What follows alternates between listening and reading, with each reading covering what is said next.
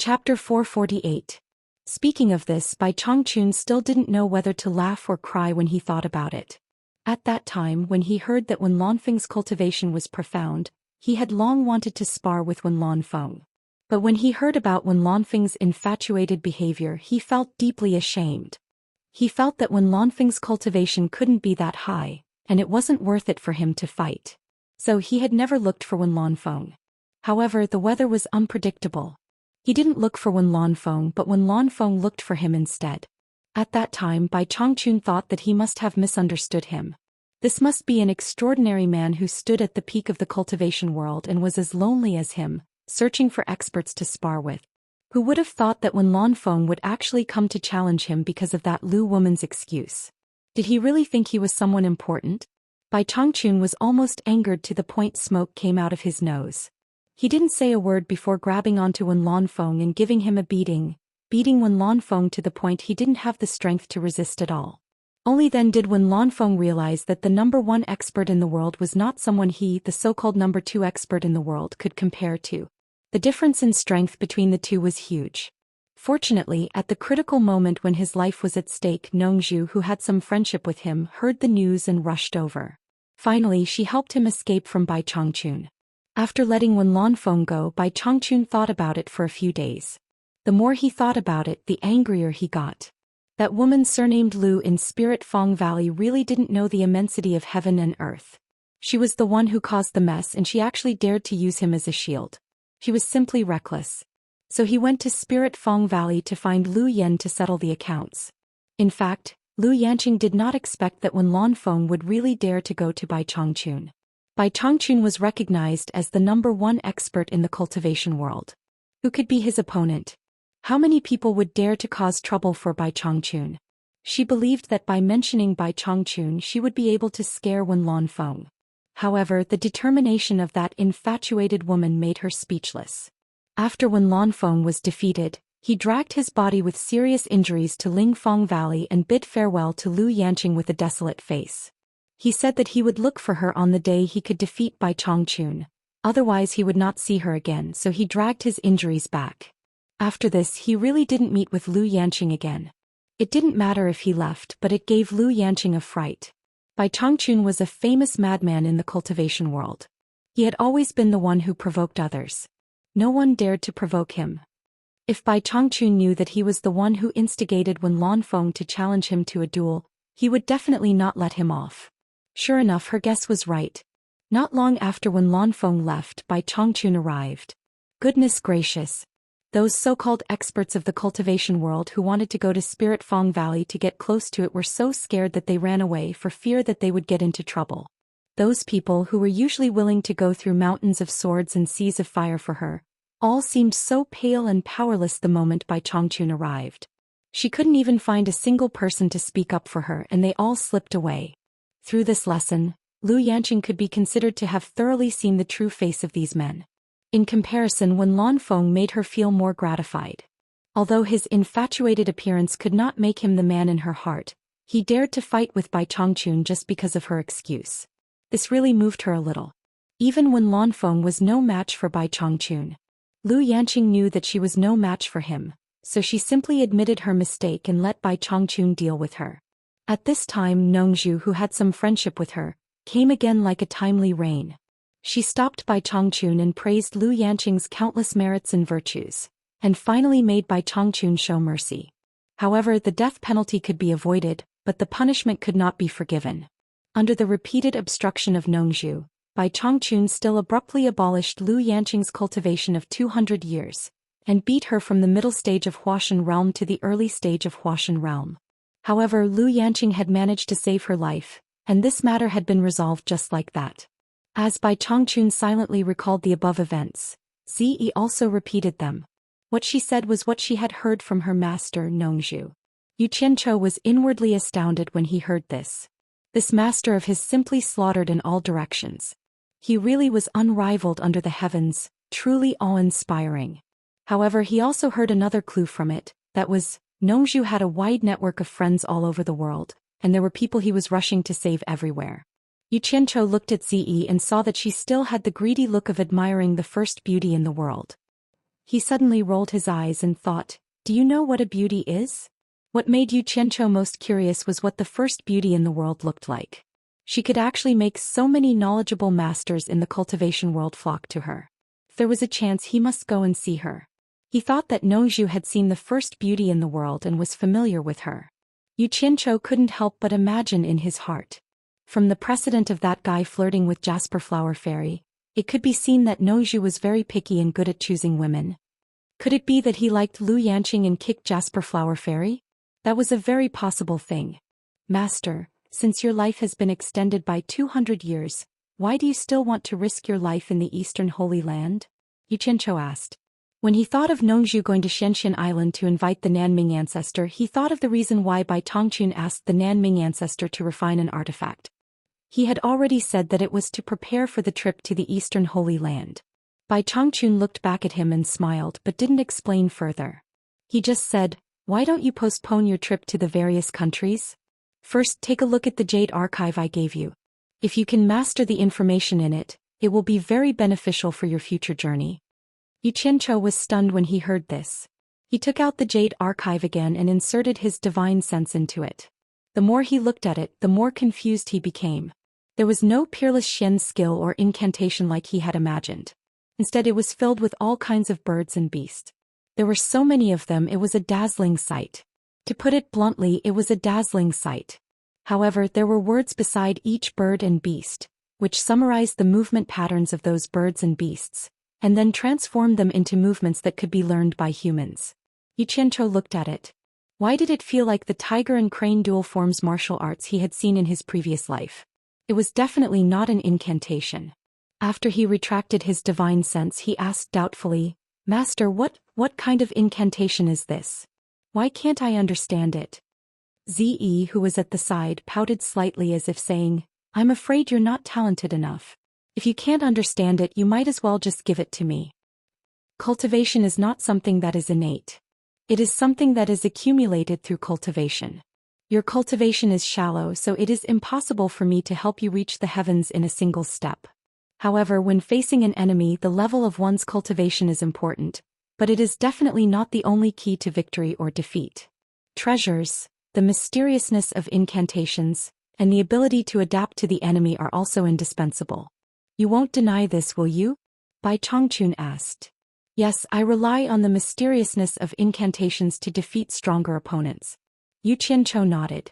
Zi, who was at the side, was also listening attentively. He did not want to miss a single word. Hearing this, she nodded as well. In terms of the mysteriousness of incantations, the water and fire incantations are truly miraculous. Almost no one in this world can surpass you. To increase your cultivation, you need to rely on your own hard work and accumulation. As for treasures, I don't have them with me. The only thing I can teach you is the ability to adapt to the enemy. Bai Tongqun pointed at the Jade Archive in his hand and smiled faintly. I understand the mysteriousness of heaven and earth. All my adaptability is integrated into the Jade Archive in your hand. Ziyi's eyes shone brightly. She stared at the Jade Archive in Yu Qianzhou's hand. She almost wanted to snatch it. Yu Qianzhou looked at the Jade Archive in his hand and opened his mouth. He really did not know what to say. Could it be that his comprehension was too poor and he could not understand it? Bai Tongqun nodded and said, I have experienced countless battles. In my early years, I have also faced situations where I defeated stronger opponents. I did not rely on treasures, nor did I rely on the mysteriousness of incantations or the depth of my cultivation. Instead, I relied on my strong adaptability. In a battle, if I can avoid a fatal blow at a critical moment, I will be victorious. In an impossible situation, if I can deal a fatal blow to my opponent, I will also be victorious. This is the ability to adapt to the enemy. I understand what Master is saying. Yu Qianzhou held the Jade Archive in his hand and said in a low voice, This? Master, did you take the wrong Jade Archive? These are all about birds and beasts. That's right. Bai Tongqun raised his hand slightly and interrupted him. In this world, the adaptability of birds and beasts is the best adaptability of natural selection. For example, the timing of the attack of a goshawk hunting a rabbit requires extraordinary acuity. This is not something an ordinary person can achieve. If you can familiarize yourself with everything recorded in this Jade Archive, You will naturally discover the beauty of it when the time comes. I have spent hundreds of years perfecting this with my blood and sweat. Hearing this, Ziyi seemed to be deep in thought. Although Yu Qianzhou understood what he meant, he still felt that it was a little out of place and that it was inappropriate for him to say anything more.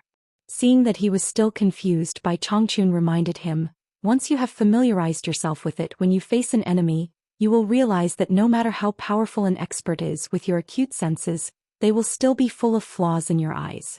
Regardless of whether you can win or not, whether you can attack, defend, or evade, you will already have a 70% confidence in your heart. You must know that in critical moments, the slightest difference can lead to a huge error. It is often the moment of victory and defeat, the moment of life and death. To be able to predict the enemy's moves, is this not enough for you to use for the rest of your life? Damn. You should have said so earlier. You talked about eagles and rabbits. I thought you had drawn an animal world to teach me to love wild animals. Yu Qianzhou looked as if he had suddenly realized something. But to say that he had truly understood everything was not necessarily true. But he remembered that as long as he was familiar with it, he would be able to predict the enemy's moves. That would be amazing. At critical moments it would be of great use. Thank you, Master, for fulfilling my wish. Yu Qianzhou bowed respectfully with a face full of joy. He stood up and asked, May I know the name of this technique that Master has imparted to me? Bai Chongqun paused for a moment. After thinking for a while, he said, It can't really be considered a technique. This is the first time I've come up with it and it doesn't have a name yet. Since it comes from birds and beasts, let's call it animal play. Chapter 449. Animal tricks? Yu Qianzhou was taken aback. He immediately thought of the words animal tricks, but felt that it had tarnished his future student. Hence he quickly thought of the 5 animal tricks he had heard of in his previous life. It seemed that the fellow named Hua Tuo had also created these tricks based on animals. He immediately felt more at ease. This disciple shall diligently comprehend them. Yu Qianzhou immediately bowed and retreated. When he found out that the world of animals in this jade archive would be of great benefit to him, he made up his mind to learn them, and he would learn them with all his might. He didn't have many good points, but he was able to endure hardships and was ruthless to himself. He comforted himself by saying that this was called making up for one's lack of talent with diligence. Once he left, Ziyi couldn't stay still any longer. She dawdled to Bai Chongqun's side and stammered, Senior Bai, my master has already gone to invite the Southern Ming ancestor for you. Can you learn the animal tricks you taught Yu Qianzhou? Towards the end, she seemed to feel a little embarrassed, and her voice was so soft that it was almost inaudible. Fortunately, Bai Chongqun's cultivation level was high, and his hearing was good as well. He nodded at her. Ziyi was so happy that she almost jumped up. She quickly bowed and said, Ziyi thanks Senior Bai for his help. Ziyi will take her leave now. After she finished speaking, she slipped away and went to look for Yu Qianzhou. Bai Chongqun smiled, then went to his usual seat and sat down cross-legged. Actually, when Nongzhu suggested letting Ziyi learn, he had never thought of rejecting her due to their relationship. Otherwise, with the things that Yu Qianzhou had obtained from the gate of the underworld, it wouldn't be difficult for him to invite the Southern Ming ancestor. Hence, he wasn't trying to make things difficult for Nongzhu. It was just that his cultivation level was passable and his speed was fast, so he asked him to run errands. Once Ziyi left, she quickly looked around. It had only been a short while, but Yu Qianzhou was nowhere to be seen. How dare he try to hog all the good stuff for himself? How infuriating. He couldn't possibly have escaped from Shuntian Island, could he? Thus he quickly rose into the sky and circled around in all directions, but he did not see anyone. Given that fellow's cultivation, even if he were to fly away in such a short period of time, it would be impossible for him to escape his line of sight. He immediately deduced that Yu Qianzhou must be hiding somewhere on the island, so he launched a carpet search. Yu Qianzhou had long known that this little girl would not let him go. For the sake of freedom, he hid in the bird's nest that he had built in the past. He held the jade archive in his hands and studied it in detail. Once he had a rough idea of what was going on, he would begin to practice madly. Helplessness Island was only so big, so Ziyi quickly locked onto the bird's nest. With a flash, she leaped into the nest to take a look. Sure enough, this fellow was hiding here, hugging the jade archive and enjoying it all by himself. What are you doing here? Yu Qianzhou cautiously put away the jade archive. Give it to me. Zi reached out her hand and demanded without hesitation. Take what? Xianxia pretended not to know. Zi glared at him and said, hurry up and hand over Elder Bai's animal tricks. Elder Bai has already agreed to let me learn it. Xianxia was stunned. Since she dared to say such words on Obedient Island, his master must have really agreed to it. However, he had yet to learn it. If he gave it to her first, when would it be his turn? He immediately rejected her. Nonsense. Wait until your master brings the Nanming ancestor here. Are you going to give it to me or not? Zi gritted her teeth as if she was about to snatch it from him. Xianxia's expression darkened. Don't get it wrong. This is Obedient Island, not your purple bamboo forest in the southern seas. It's not your place to be unreasonable. If you dare to cause trouble, my master will kick you out of Obedient Island. His words were a little threatening, but to Zi it was quite effective.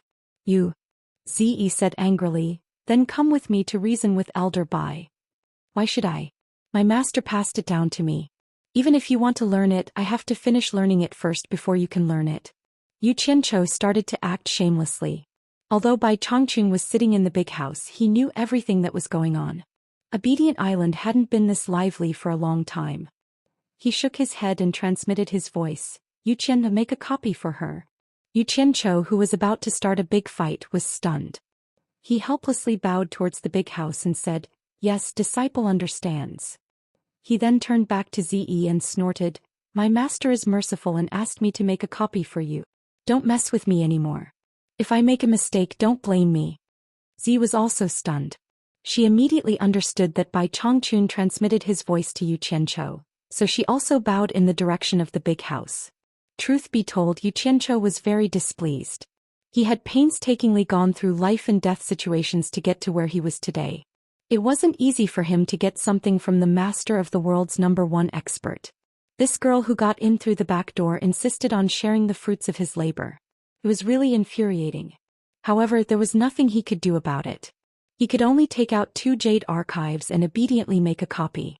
After handing the jade archives to Zi, he didn't forget to remind her, Zi, you must remember this well. These are my master's hard work. You can't just pass them on to others. Yes. I understand. I won't let Elder Bai's hard work fall into the hands of others.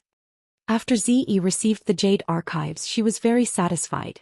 At the same time, she thought that Bai Chongqun had asked Xianxia to pass on the message. She decided to carry it out loyally. We need some peace and quiet now.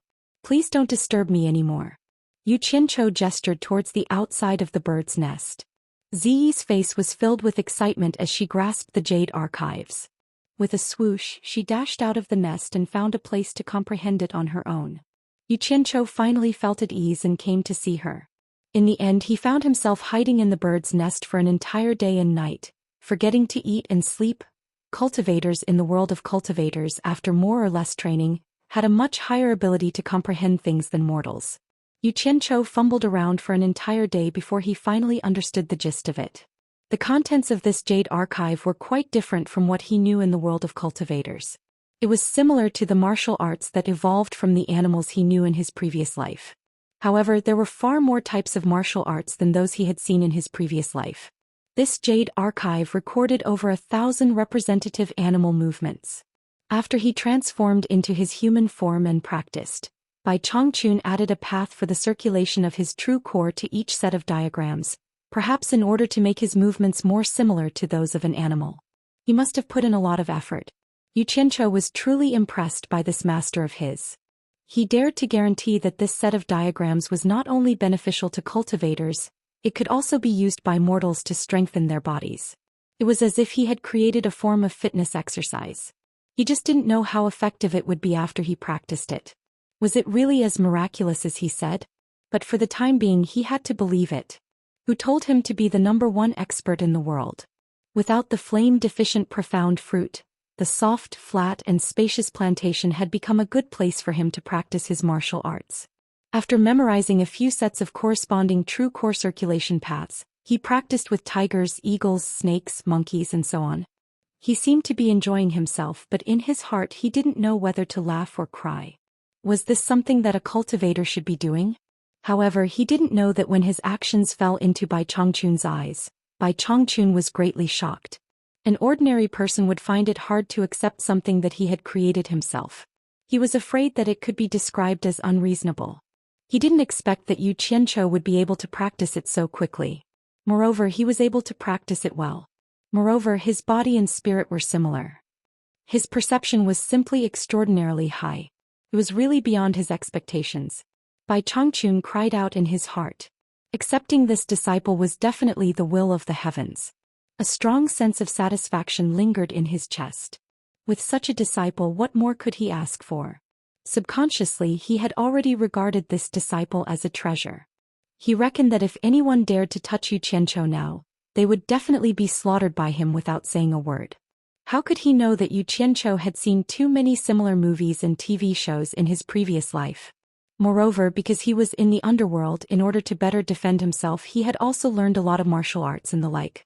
Although he couldn't be said to be proficient in any of them, he had dabbled in them quite a bit. These things were simply a piece of cake for him.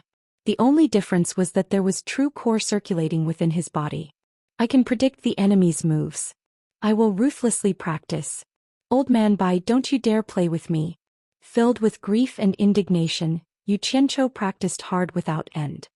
He cursed in his heart, what the hell is this? On the other hand, Ziyi was already confused by the contents of the Jade Archive. After looking at it for the whole day, she still couldn't understand what it was. Her head was filled with confusion and she almost went crazy. What the hell is this? Why is there even a monkey? How is a girl supposed to practice this? It must be Yu Qianqiu, that bastard, messing with me on purpose. With Senior Bai's profound cultivation, how could he have made something like this? So disgusting. There's even a snake. Ziyi jumped out from her hiding place, ready to settle the score with Yu Qianqiu and demand the authentic animal fencing technique back. She didn't even think about why this technique was called animal fencing. When she found Yu Qianqiu practicing hard in the plantation, Ziyi was dumbfounded. She saw Yu Qianqiu pouncing on its prey like a hungry tiger and spreading its wings like an eagle. When he released his palms, he was full of vigor, and when he extended his claws, he was cunning and forceful. He was so absorbed in his practice that he didn't even notice her. After looking at it for a long time, it was indeed similar to what was recorded in the Jade Archive. It's true. Purple Robe was speechless. She covered her face and left quietly. She was on the verge of crying. On Obedient Island, she found a rather remote place. She took out the Jade Archive and took a look at the eagle style that Yu Qianqiu was practicing. She memorized the path of circulation. Seeing that there was no one around, she gritted her teeth, spread out her arms, and extended her slender jade-like palms. Dance. Dance, dance. It didn't look like an eagle's claw. It looked more like a chicken's claw, but not really. On Obedient Island, no matter how secluded she was, how could she escape Bai Changchun's discerning eyes? After silently observing for a while, Bai Changchun, who was sitting cross-legged in the big house, shook his head and sighed. Compared to his disciple Yu Qianqiu, Ziyi's comprehension ability was far inferior. He was afraid that even after a long time of grinding, he still wouldn't be able to grasp the essence of the technique. The more Ziyi practiced, the more uncomfortable she felt. She felt as though she was about to collapse. She thought, why isn't it like what Yu Qianqiu is practicing, where he has both body and spirit? Could it be that Senior Bai is teaching him in secret? That must be it. Otherwise, why would I be inferior to him when everyone is practicing at the same time? This won't do. I must look for Yu Qianqiu to practice with me. If there's anything I don't understand, I'll pester him to teach me. Chapter 450. Xianxia Island was also in the East Sea, but it was very far away. It was located in the middle of the vast sea. Although it was isolated, its name was well known to some people because the owner of the island was one of the 4 great men of the cultivation world, Nanming ancestor. His craftsmanship was extraordinary, and he was the one and only craftsman in the cultivation world. Countless experts in the cultivation world had bent down to beg him for a treasure refined by him. Even the #1 expert in the world, Bai Changchun, was no exception. Between the blue sea and the blue sky, there was a vast continent that was shrouded in white fog all year round. Even the wind could not blow it away. Speaking of the name of this continent, it was more famous in the cultivation world than Xianxia Island. The cultivation world called it the Holy East Land. Because it was not far from the Holy East Land, Xianxia Island was shrouded in white fog all year round. It was difficult to see the whole island clearly. However, it was different from the calm Holy East land. Shrouded in white fog, Xianxia Island shone with red light all year round, dyeing the white fog red. The sound of metal hitting never stopped. High up in the sky, Nongzhu stood with his arms folded, staring at the endless Holy East land shrouded in white fog. A rare look of caution appeared on his angular face. Thinking that Bai Chongqun might not be able to return after entering this place, he could not help but sigh. Although he understood, he still could not figure out why Bai Chongqun had to do this. Was he tired of living? Was it not good to live a carefree life? Why did he have to pursue so many things? Looking at Xianxia Island shrouded in red fog, Nongzhu took out a purple and black bamboo flute. The flute hole was placed horizontally by his lips, and his 10 fingers vibrated. In an instant, the melodious sound of the flute drifted from the blue sky to the vast sea. Not long after, from the red fog below, a deafening roar of a dragon suddenly came. A red light pierced through the red fog and shot toward Nongzhu at an extremely fast speed. Nongzhu put away his flute with a smile. As the red light approached, he saw that it was a huge red flying dragon with a wingspan of nearly 20 meters and a body length of nearly 20 meters. The man and the dragon stopped in the air and stared at each other. The wyvern had a ferocious appearance and a huge body. Sharp claws were spread out under its 2 strong thighs, and its long tail was swaying gently. A pair of fleshy wings were flapping in the wind, and its whole body was hairless and bright red. It stared at Nongzhu fiercely with bright eyes and flew higher than Nongzhu. As it breathed, it spat out provocative flames from time to time. Looking at the man and the dragon, it seemed that this was not the first time they had met. The relationship between the two of them did not seem to be very good. This was the mount of Nanming ancestor, the fire dragon. If Yu Qianzhou saw it, he would definitely be very surprised. This was exactly the same as the dragons in the Western legends in his previous life. Roar. The flying dragon suddenly roared at Nongzhu. It then spat out a ball of fierce fire towards Nongzhu. Little bastard, you're so vengeful. You're asking for a beating. Nongzhu shouted. A transparent protective upstanding qi gushed out, and the fierce flame was not damaged at all. The flute in his hand turned into a huge shadow, and he swung it at the ferocious dragon's head. Bang! After a loud sound, there was a cry of pain. The fire in the wyvern's mouth could no longer be spat out, but its whole body pounced towards Nongzhu, and its fierce claws went straight for her. Little bastard. Nongzhu chuckled and teleported away. She stood on the huge head of the wyvern, grabbed the horn on its head with one hand and hit its head with the flute. Immediately there was a chaotic roar in the air. The wyvern spun and dived down. It swung its head to both sides, hoping to get rid of Nongzhu. With Nongzhu's cultivation, how could she get rid of him? No matter how the angle changed, Nongzhu stood firmly on the top, and hit the wyvern with the flute in his hand again and again.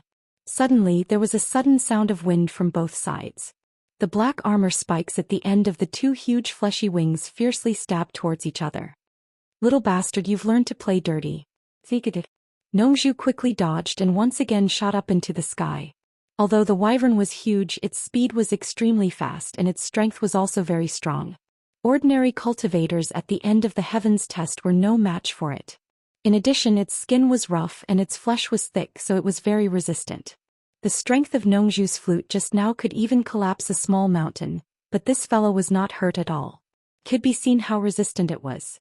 However, it was not that Nongzhu could not deal with it, and it was not difficult to kill it. The key was that if he killed the Mount of Elder Nanming, the old man would definitely fight him to the death. Therefore he could only teach it a lesson, not kill it. Who bullied my mount? A loud shout came from Xianxia Island, shaking the sky.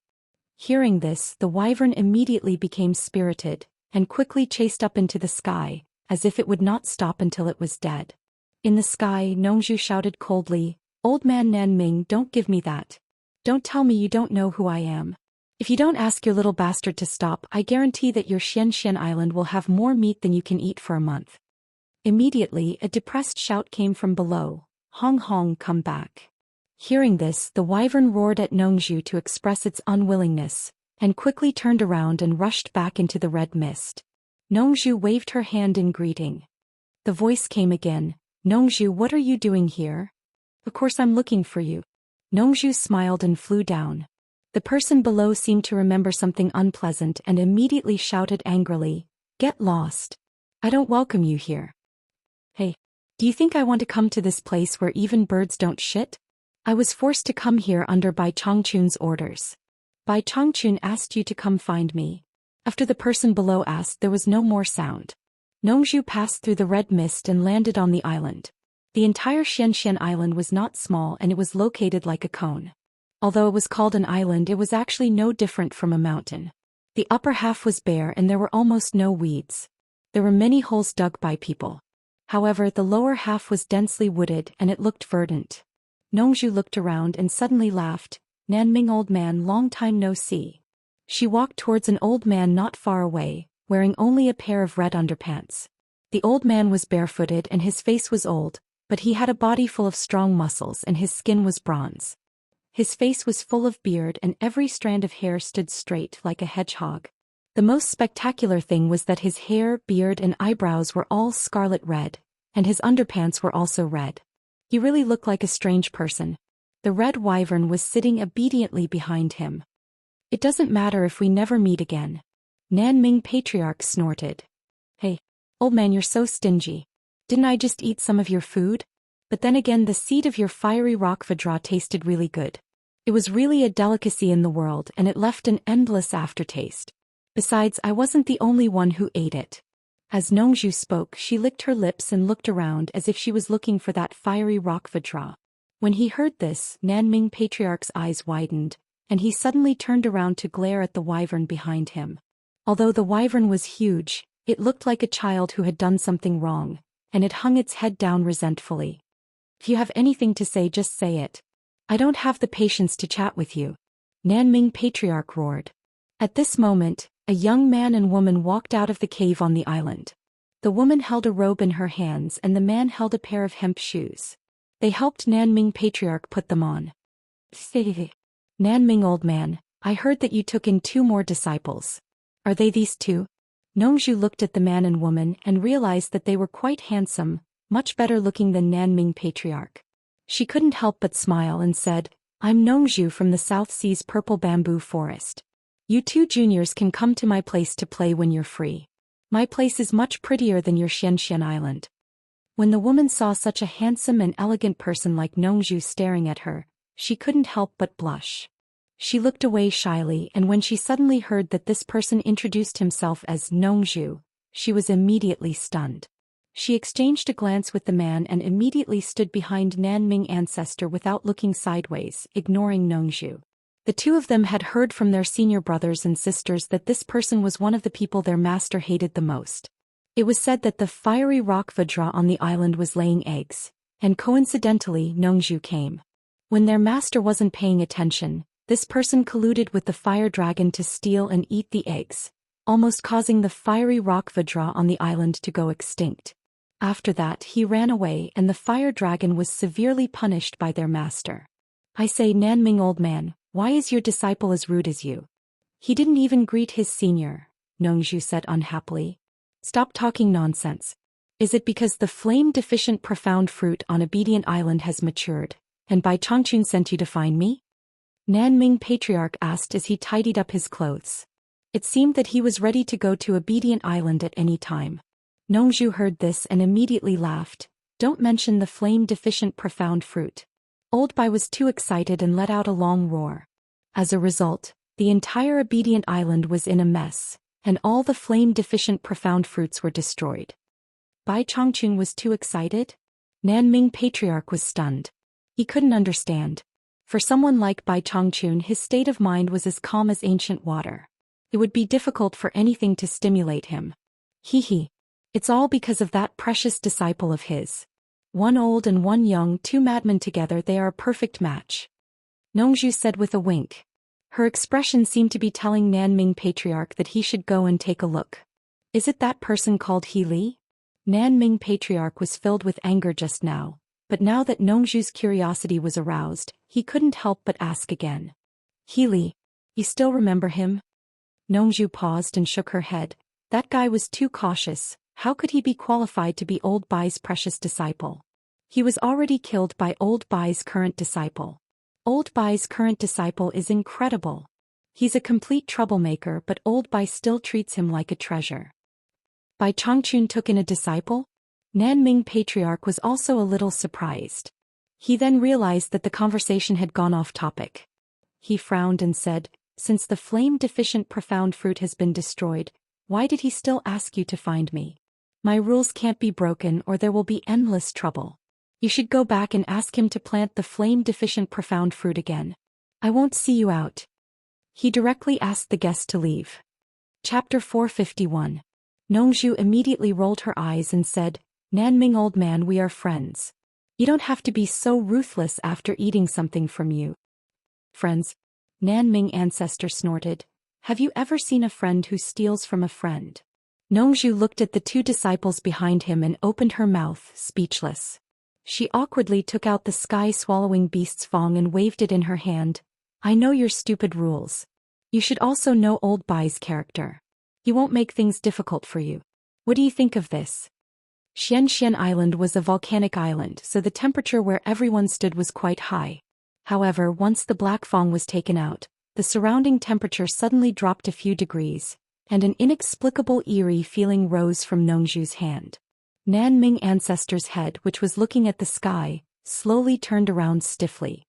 His gaze fell on the fong and his eyes gradually narrowed into a line, unable to move away. Nongzhu's slightly tense expression relaxed. Her eyebrows twitched and the corner of her mouth curled into a smile. She was worried that this fellow's standards were too high, and he wouldn't take her seriously. Now it seemed that she could successfully complete Old Bai's task. "Can you do it or not? Just say it. If not, I'll leave lest you roll your eyes at me." Nongzhu pretended to put away the thing in her hand. "Wait." Ancestor Nanming let out a loud cry and snatched the item from Nongzhu's hand at lightning speed. Once the thing touched his hand, there was a cold and eerie feeling lingering between his fingers. He couldn't help but put it in front of his eyes to observe. It was dark and crooked.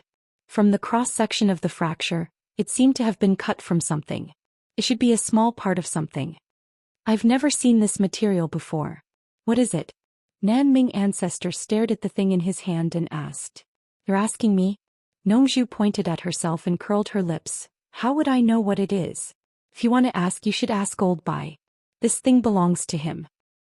The yin qi on this thing is bone-piercing and it doesn't dissipate. It doesn't look like it's acquired. It shouldn't be something from the mortal world. Otherwise, there's no way I wouldn't recognize it." Old ancestor Nanming suddenly raised his head and said, "Judging from its appearance, it should be a small part cut off from some huge item. Nongzhu, tell me honestly, where did you get this thing? No wonder you're a grand master of equipment refining. You can tell the truth at a glance." Nongzhu gave him a thumbs up, then walked to him and put one hand on his shoulder. Nanming ancestor shook his shoulder abruptly and flung his hand away. He glared at him and shouted, "What a scandal it is to have your arms around someone else's shoulder." Nongzhu looked him up and down and retorted, "You are a guy who wears red underpants all year round.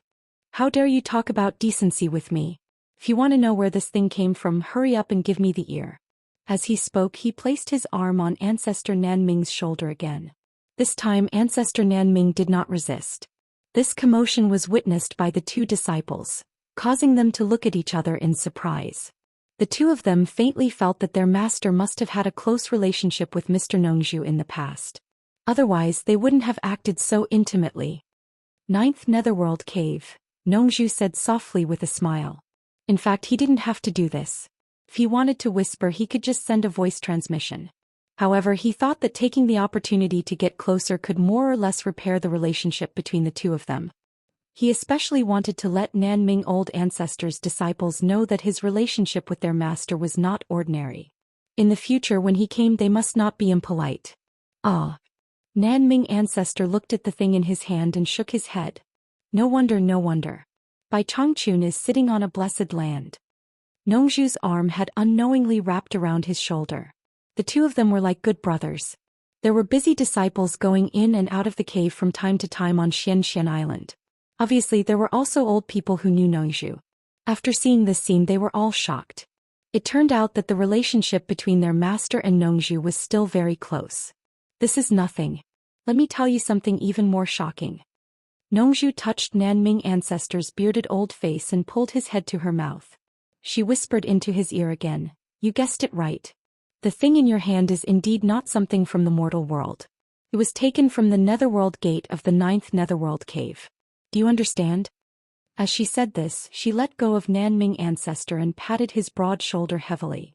"Ah, from the underworld," Nanming ancestor exclaimed. But before he could finish, he was interrupted by Nongzhu. "What are you shouting for? Are you afraid that others won't know? What old Bai took out is not something ordinary people can compare with." That's right, that's right." Nanming ancestor touched the thing in his hand and nodded. Nongzhu patted his shoulder again and said proudly, "How about it? Come with me to Shuntian Island. Old Bai still has this thing." "Okay, let me make some preparations." After saying this, Nanming teleported and disappeared, taking the Fong with him. Done. Nongzhu rubbed her hands in satisfaction. At this time she was in the mood to look around and found that the surrounding environment had not changed. She looked at the two disciples of Nanming ancestor, then stared at the flying dragon and said with a smirk, "Little Hong Hong. Just now he called it a little beast, but now he changed it." The flying dragon was also quite intelligent. It turned its huge head to the side and ignored him. Nongzhu laughed and said, "Forget it, I won't tease you anymore. Go find your master." She teleported and disappeared. The two disciples wanted to say something but stopped. Thinking of Nongzhu and their master's intimate look, they wanted to shout but did not. Nongzhu came to a cave and her familiar figure flashed quickly. In the blink of an eye, she arrived at the bottom of the mountain of Xianxia Island. A grand scene of steaming hot air appeared in front of her. In the center was fiery red magma, swallowing and spitting earth fire. The surroundings were filled with the continuous clanking of metal. A large group of people were busy. They were all disciples of Nanming ancestor, refining weapons with the help of the earth fire. What attracted Nongzhu's attention the most was the big crab mixed in the crowd. The fiery red crab had a body diameter of 2 meters.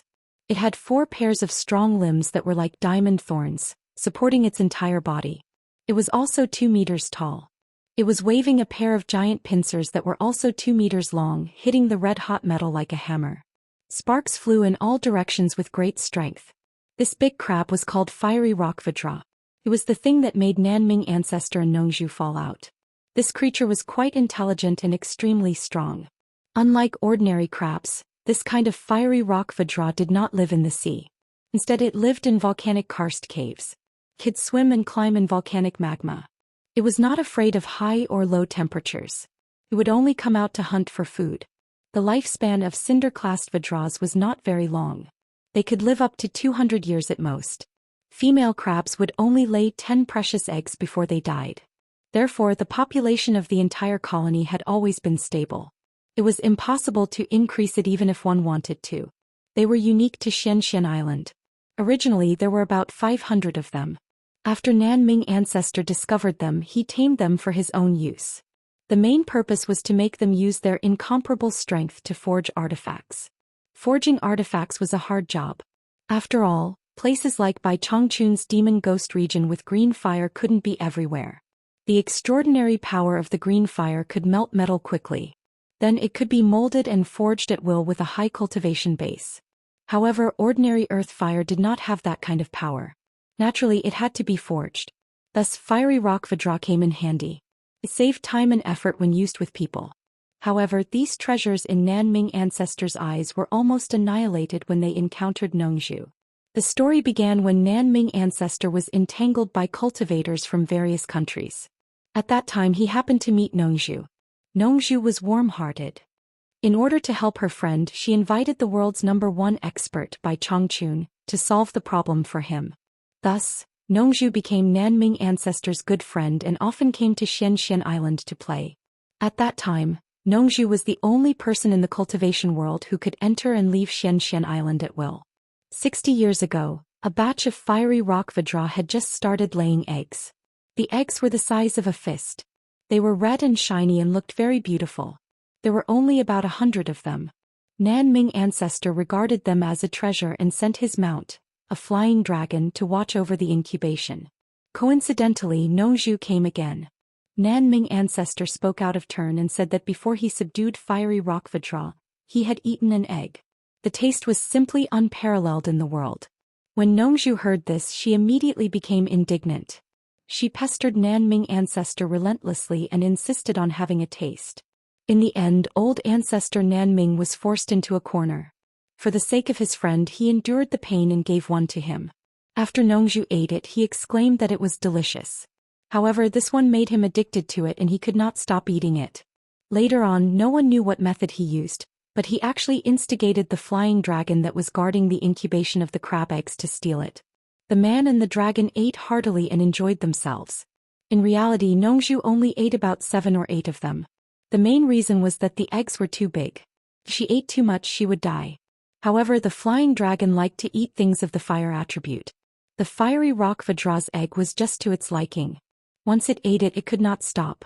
Needless to say, the big fellow's appetite was almost completely devoured by this silly dragon. After that, the man and the dragon were dumbfounded when they realized that there were no crab eggs left. Needless to say, the consequences were obvious. Nanming ancestor flew into a rage and Nongzhu hurriedly left. They had not been here for decades. The flying dragon, who could not escape, was in a miserable state. It was almost skinned alive. This was also the reason why the flying dragon immediately took action when it saw Nongzhu, a fellow who shared blessings with others and was extremely disloyal. At this moment, Nongzhu felt guilty when she saw the remaining 100 or so fiery rock Vajra. However, when she thought of the delicious crab eggs, it was simply an endless aftertaste. She could not help but secretly look around, not knowing if it was the time for them to lay eggs. Just as she was about to look around, she suddenly heard Nanming ancestor's earth-shaking roar from outside. "Old thief Nongzhu, why are you not showing yourself? Are you thinking of stealing from my Xianxia island again?" It was followed by the angry roar of the flying dragon. Chapter 452. The 2 words Nongzhu were famous on Xianxia island. When Patriarch Nanming roared, the 9 bens and 18 bens gathered below and rumbled, waking everyone up. The busy people at the bottom of the mountain quickly looked around and their eyes all fell on Nongzhu. Nongzhu had many acquaintances here. After all, she used to hang around here often. Haha, long time no see. You guys are busy. Nongzhu waved at the crowd with a smile. Just as she turned around, her face darkened and she quickly ran away. As soon as she came out of the cave, she shouted, "Old Nanming, what are you shouting for? I won't take your scrap metal even if you give it to me." The 2 stood less than half a meter apart. Their eyes met and sparks flew. Nongzhu clenched her teeth and stretched out her hand, shouting, "Give me back my things." "When did I take your things?" Ancestor Nanming spat. Nongzhu wiped the saliva off her face and said, "Old Bai asked me to bring them. He took them just now. Bai Chongqun gave it to me. You're just a messenger. Since when did it become yours?" Nanming Grand Elder wiped the saliva off his face as well. He turned around and shouted at the flying dragon, "Let's go." The flying dragon shot up into the sky. Ancestor Nanming caught up with it and landed firmly on the dragon's back. The flying dragon quickly passed through the fog. Nongzhu leaped into the air and caught up to him. She stood side by side with Nanming ancestor without hesitation. Both of them let out a cold snort at the same time. The flying dragon was extremely fast. In the blink of an eye, it turned into a black dot in the distant sky. Crossing the vast demon ghost region, Nongzhu and ancestor Nanming rode on the flying dragon and arrived at the sky above Xiantian Island. Bai Chongqun's voice rang in the sky, "Nanming, my brother, you have graced my Xiantian Island with your presence." As he spoke, Bai Chongqun's thin and elegant figure appeared outside the big house. An expert came to greet them personally. 2 figures flashed down. Ancestor Nanming cupped his hands and bowed, "I dare not." His temper could be considered bad in the cultivation world, but when he saw Bai Chongqun, he still performed the basic etiquette properly. He did not dare to be presumptuous in front of the world's #1 expert. Nongzhu looked at the direction of the plantation suspiciously and asked, "Old Bai, what happened to Ze?"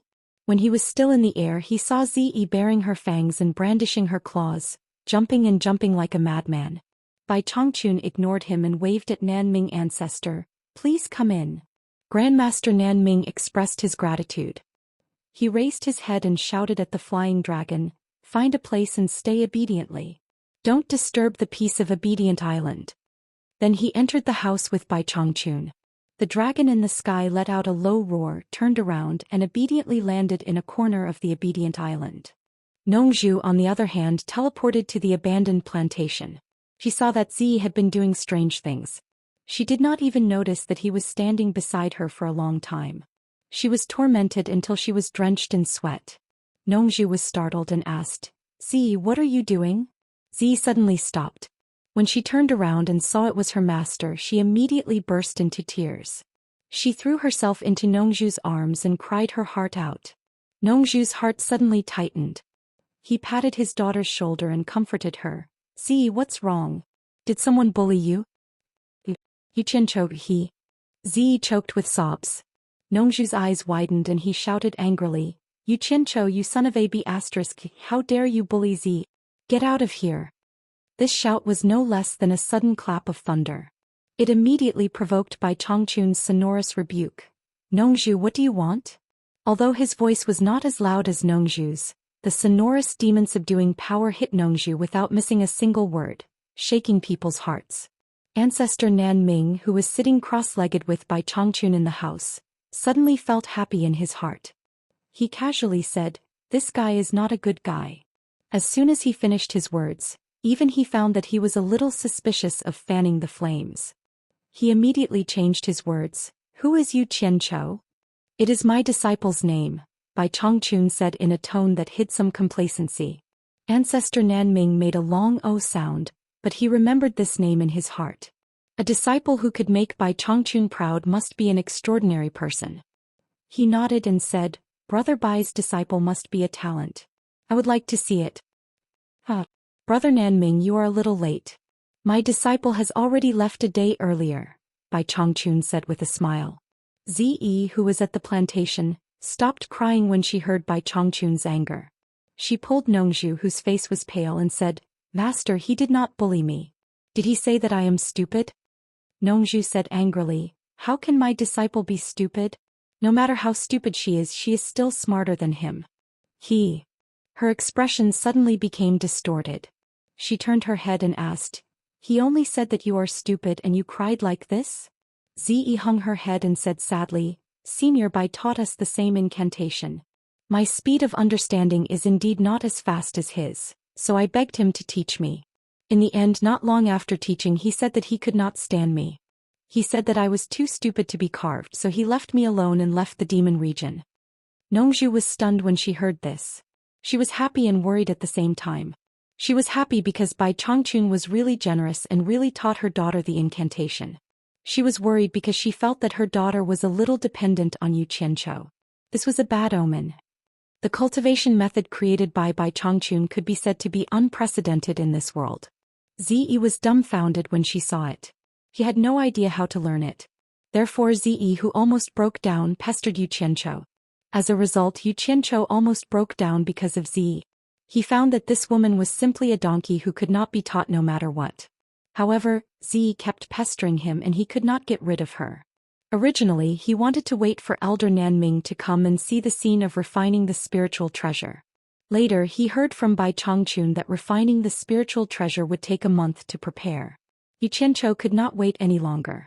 Finally, when Zi pestered him again, he scolded Zi. Then he brazenly said goodbye to Bai Chongqun. Every move of the two was under Bai Chongqun's control. Bai Chongqun deeply understood his disciple's pain. He was an extremely talented person. If he had to teach Zi like this, he would also be angry. Therefore, he agreed to Yu Qiancho's departure. At the same time, he gave a few words to Yu Qiancho. If you really encounter a soul formation cultivator who deliberately makes things difficult for you, try your best to resolve it. If you really can't resolve it, you might as well tell me your master's name. I want to see who dares to touch you. His words were full of killing intent. Bai Chongqun made 3 communication jade pendants on the spot and gave them to Yu Qiancho. These things could not really send messages. They only hid a strand of Bai Chongqun's divine sense in each of them. In other words, if something really happened to Yu Qiancho, once he crushed the jade pendant, Bai Chongqun would immediately know where his disciple was in trouble. Perhaps because the distance was too far, Bai Chongqun would not be able to arrive in time with his cultivation. However, the place where Yu Qiancho was in trouble would be earth-shattering. Yu Qiancho was overjoyed as he held the jade pendant and left. Motherf asterisk her. Now it was clear that Yu Qianqiu was letting him do whatever he wanted. However, although he was happy, he still knew one thing. These 3 jade pendants could not be used unless it was absolutely necessary.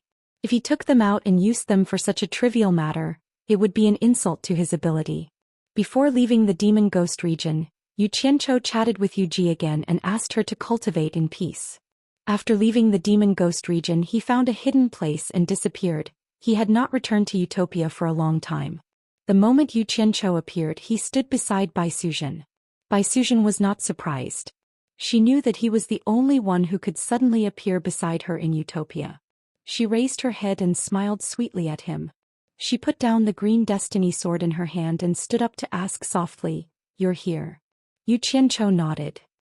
He looked at that calm and gentle face and was unwilling to shift his gaze away for a long time.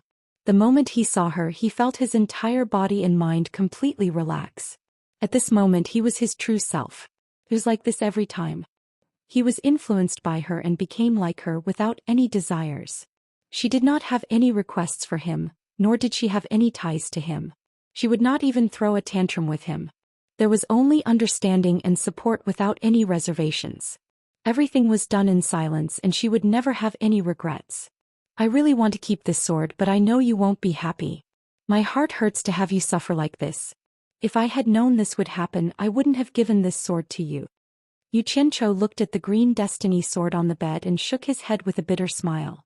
"Since you know I won't be happy, then don't mention it again," Bai Suzhen said softly. She looked at him from head to toe and frowned. "Why are there so many mud on your body?" "I've been practicing a martial art recently. It's all because of the hard work." Yu Qianqiu recalled the process of practicing the animal fencing and had a helpless expression. It seemed like he had not felt any effects until now. "Change into another one. Otherwise your parents and Pinger will be worried." As Bai Suzhen spoke, she had already leaned over and reached out to help him remove his outer clothes. On the other hand, Yu Qianqiu took out a new set of clothes from his storage bag. After removing the dirty clothes, Bai Suzhen took the clothes from his hands and helped him change. After that, both of them had a knowing smile on their faces. Yu Qianqiu opened his arms and said, "Let me hug you." Bai Suzhen looked at him and tilted her head. She raised her hand and tucked a strand of hair behind her ear. She smiled faintly and leaned into his embrace. Yu Qianqiu gently pulled her into his embrace and buried his head in her hair. He sniffed the faint fragrance and murmured, "I want to jump out of China's cultivation world and travel around." Bai Suzhen felt his heartbeat and had a faint sense of satisfaction on her face. She asked softly, "Do you need me to do anything? As long as I can see you every time I come back, I will have endless motivation outside. This is more important than anything you do." Yu Qianqiu turned his head and said with a little enchantment. Bai Suzhen raised her head and said, "I've already helped your parents consume the 7 orifices exquisite pill. Seems to be quite effective. Go and take a look." "Got it." Yu Qianqiu grunted and suddenly asked softly, "You seem to have delegated all the power of Ethereal Palace to Ping." "Yes. Is there a problem?" Bai Suzhen asked. Yu Qianqiu shook his head and did not say anything. Chapter 453. The two of them walked out of Ethereal Palace side by side. Their temperaments reflected each other, and the palace maids they encountered bowed to them. To them, their leader's status in Utopia was needless to say. As for Sister Bai, who lived in seclusion, be it in terms of temperament or appearance, she was unique in Utopia. Her clothes were as white as snow all year round, and she was as elegant as a snow lotus on an iceberg. Although Sister Bai didn't interfere with anything in Ethereal Palace or Utopia, she controlled the lifeline of the entire Utopia. Everyone's primordial spirits were in her hands. Even Chief Instructor Guan, who controlled the entire Utopia military, would come to greet her from time to time. That respectful attitude was something he didn't have even when he met the current person in charge of Ethereal Palace, Chu Ping. There was also Chief Chen, who was usually sparse. When he saw the gentle Sister Bai, he was also very respectful. Once Sister Bai instructed him to do something, he would definitely not hesitate and would not dare to give her any discount. As such, even though Big Sister Bai was tolerant, the people in Utopia who saw her were all filled with respect and fear. The two of them stood in front of the cliff outside Ethereal Palace for a while and chatted for a while before Bai Suzhen left quietly. Not long after, a stream of light streaked over. Chu Ping, Put away her flying sword in surprise and landed. She punched Yu Qianzhou's chest and said coquettishly, "Why did you only come back once after so long?" Now on Chu Pinger's face the haze of the past could no longer be seen. Instead it was shrouded in bright and vibrant colors, and the way she spoke was more confident. A faint aura of a superior had begun to appear, and she had the image of a strong woman. Needless to say, she was now the master of hundreds of people in Ethereal Palace. Compared to Ong Guangtsung's disciple who could be ordered around, her situation was worlds apart. Now that the entire utopia knew that she was Yu Qianzhou's woman, no one dared to criticize her. She was the only one who could criticize others. She was very busy every day. Yu Qianzhou grabbed her fist and pulled it into his embrace. He said with a naughty smile, "Did you miss me?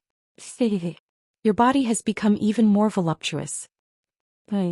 Chu Pinger shyly raised her other fist and punched him twice, causing Yu Qianzhou to laugh weirdly and grope her all over. Chu Pinger's face was flushed red. She pushed him away weakly and said, "There's something I need to tell you. Your parents aren't used to living in the Misty Palace, so they moved to Dongwusu's place. I'll accompany you to see them now. There's no need to rush. Let me examine you first." Yu Qianzhou lifted her up forcefully, causing a burst of exclamations. Then the two of them disappeared. When they reappeared, they were already at the lakeside where the two of them first made love. Then their clothes fluttered in the wind and water splashed everywhere. What a pair of mandarin ducks playing in the water. Now Dongwusu also had hundreds of people under him.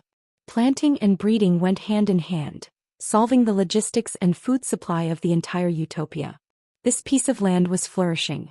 When Chu Pinger and Yu Qianzhou arrived, they immediately found Yu Chonggui and his wife.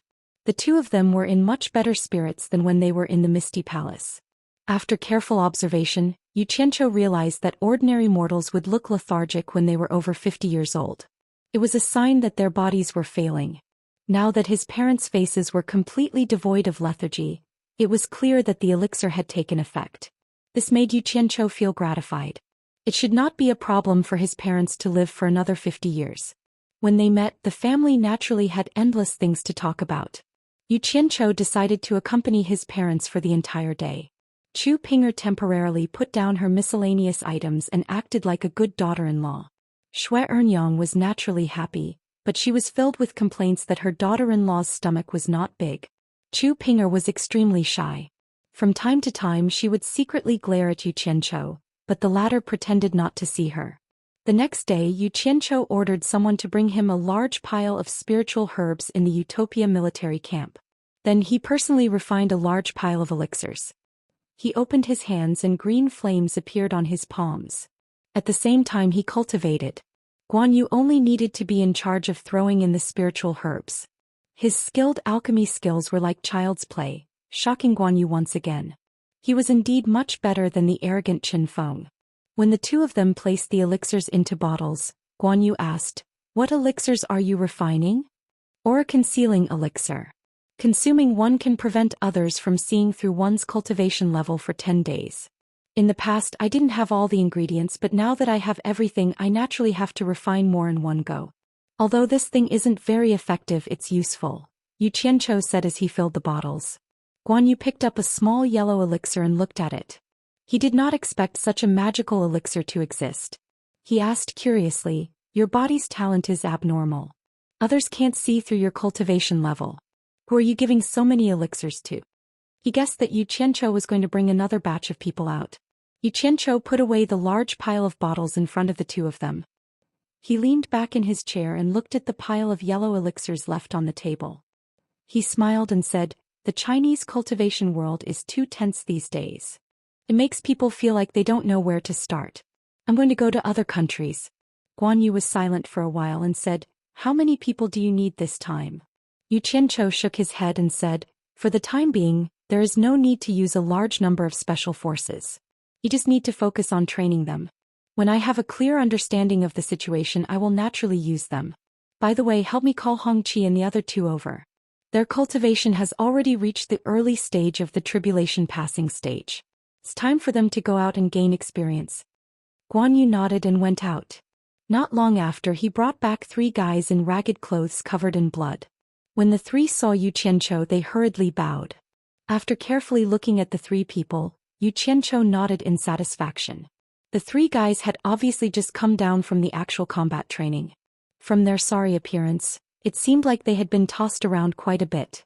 The killing intent that had not yet dispersed from the three of them was obvious. Even the young boy Hong Qi had a murderous look on his face. He looked like a hungry wolf that had just been released from its cage. "I'll give you a quarter of an hour. Wash up and change your clothes before coming to see me." Yu Qianzhou lightly waved his hand and said. The three of them accepted the order and quickly left. Not even a quarter of an hour later, the three of them rushed back. After going through training, their behavior was really different. Yu Qianzhou pointed at the pile of elixirs on the table and said, "These are breath-concealing elixirs. After taking one, no one will be able to tell that you are a cultivator for 10 days.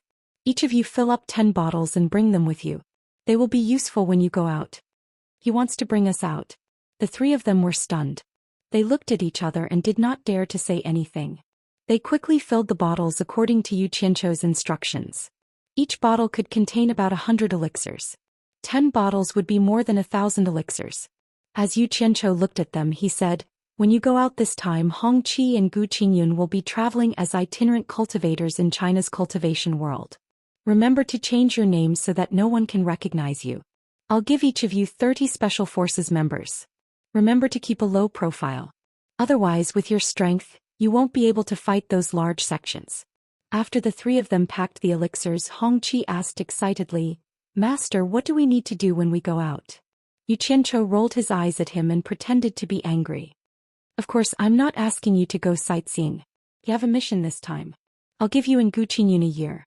Each of you has to bring back 100 million superior-grade spirit stones. I don't care if you steal or snatch it.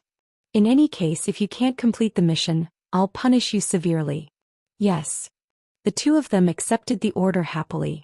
The two of them also knew that Utopia had never let anyone go out to train alone. Such an opportunity was not given to just anyone, and the significance was extraordinary. However, when they thought about how they had to bring back 100 million superior-grade spirit stones each year, they still felt extremely pressured. "Master, what should I do?" Zhang Ping asked with a loud voice.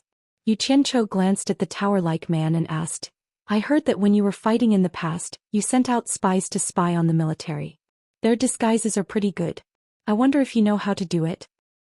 "This is a meticulous job. I don't know how to do it, but the general has many capable people under him," Zhang Ping replied. The general he was referring to was naturally the National Pillar General Shi Wenguang. "Got it." Yu Qianzhou nodded and looked at the three of them. "I'll give you a day to prepare. If you want people, look for Chief Instructor Guan. If you want things, look for Chief Qin. At this time tomorrow, bring your people and things here to meet me." "Yes." The three of them cupped their fists excitedly and accepted the order. After the three of them left, Guan Yu frowned and said, "Isn't it a little too dangerous to bring back 100 million for each of them? Especially Hong Qi. He has never seen much of the world. Can he do it?" "If you want to survive in the cultivation world, danger is a common thing. How can you be afraid? I've already created certain conditions for them. If they can't even protect their own lives, then they're just trash. If they die, then so be it. I'll replace them as soon as possible," Yu Qianzhou said faintly and disappeared. Guan Yu was left alone with a frown. He knew that Yu Qianzhou was starting to train people who could stand on their own in the outside world. Hong Qi had finally obtained some free time with great difficulty, and as soon as he left the barracks, he swiftly flew to Dongguosu's side to see his maternal grandparents. The old couple, who were busy at the edge of the farmland, saw someone flying towards them. At first, they thought they had seen the wrong person. When they realized it was their grandson, they were dumbfounded. Their grandson was not even 20 years old. How could he have reached the early stage of the tribulation passing stage? After asking and getting confirmation, the old couple was so excited that they were speechless. They thanked Yu Qianzhou profusely. Hong Qi had come to bid farewell to his grandparents. He said that his master wanted him to go out and gain experience. Dongguosu immediately reminded him, "Your master has given our family a new lease of life. It's hard to repay him even if you have to risk your life. In short, as long as it's something your master wants you to do, even if you have to risk your life. I don't know when I'll be back. Grandpa and Grandma, please take care. I still have something to do. I'll bid farewell now." Hong Qi said as he knelt down and kowtowed. Good. The old couple helped him up emotionally. Hongqi stepped back and bowed. Then he bounced up and flew away. The old couple stared at him for a long time. They could never reach such a cultivation level in their entire lives. Now that they saw it on their grandson, how could they not be excited? More than 10 people came from all around the farmland. They surrounded the old couple and asked, "This is your grandson?" "This is the direct disciple of the leader." The old couple's faces were full of pride, but they still spoke modestly. After dealing with the people, the old couple immediately decided to visit Yu Chonggui and his wife to see if they needed any help. Chapter 454. In the backyard of the pillar of the State General's estate, Yu Qianqiu reclined on a wooden armchair, munching on snacks and sipping tea. After waiting for some time, Shi Xiaotian excitedly returned with a few letters and placed them on the table. Yu Qianqiu was going to the Western military camp, so he wanted to deliver a letter to Shi Xiaotian's family. In fact, the Shi family had never stopped sending letters to the Western military camp. However, they didn't dare to write anything too profound. After all, the supervisory department of a country wasn't just a nobody, especially when it came to a general like Shi Wenguang who had a powerful army.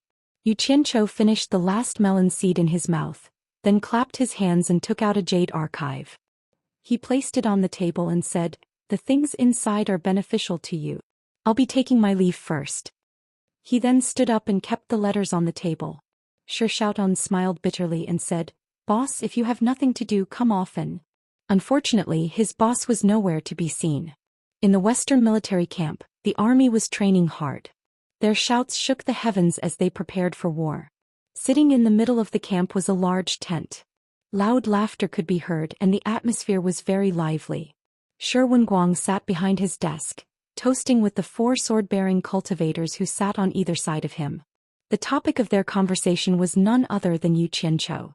Several guards in the tent were also listening attentively. They were none other than the people Yu Qianqiu had sent to protect Shi Wenguang. As they were listening, they suddenly realized that someone else had appeared beside them. They were shocked and were about to make a move, but they saw that it was Yu Qianqiu.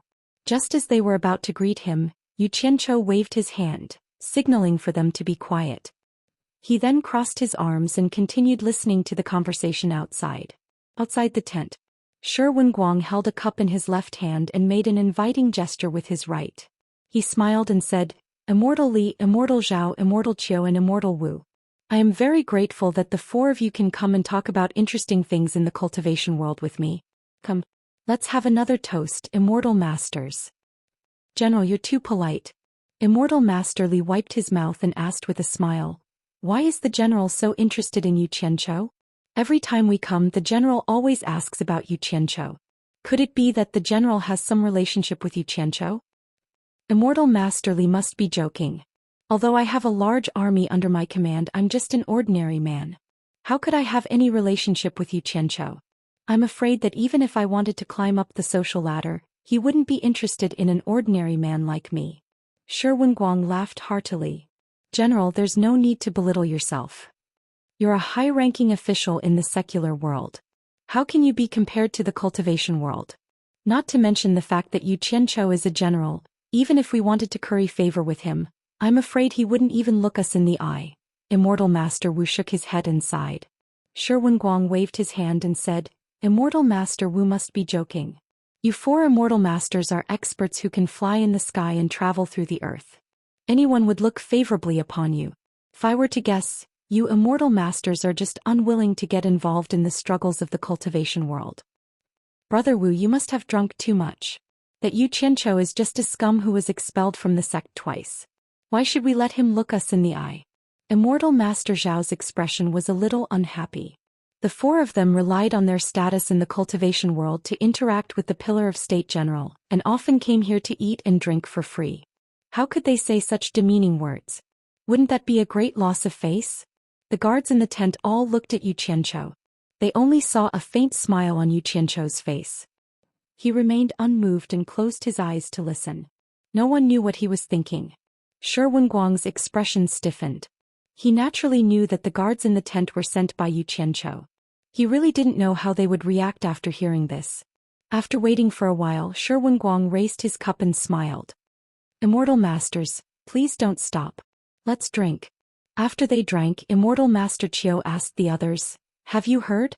It said that Yu Qianzhou led 600 experts and fought with the Deluo sect in Wanghai town.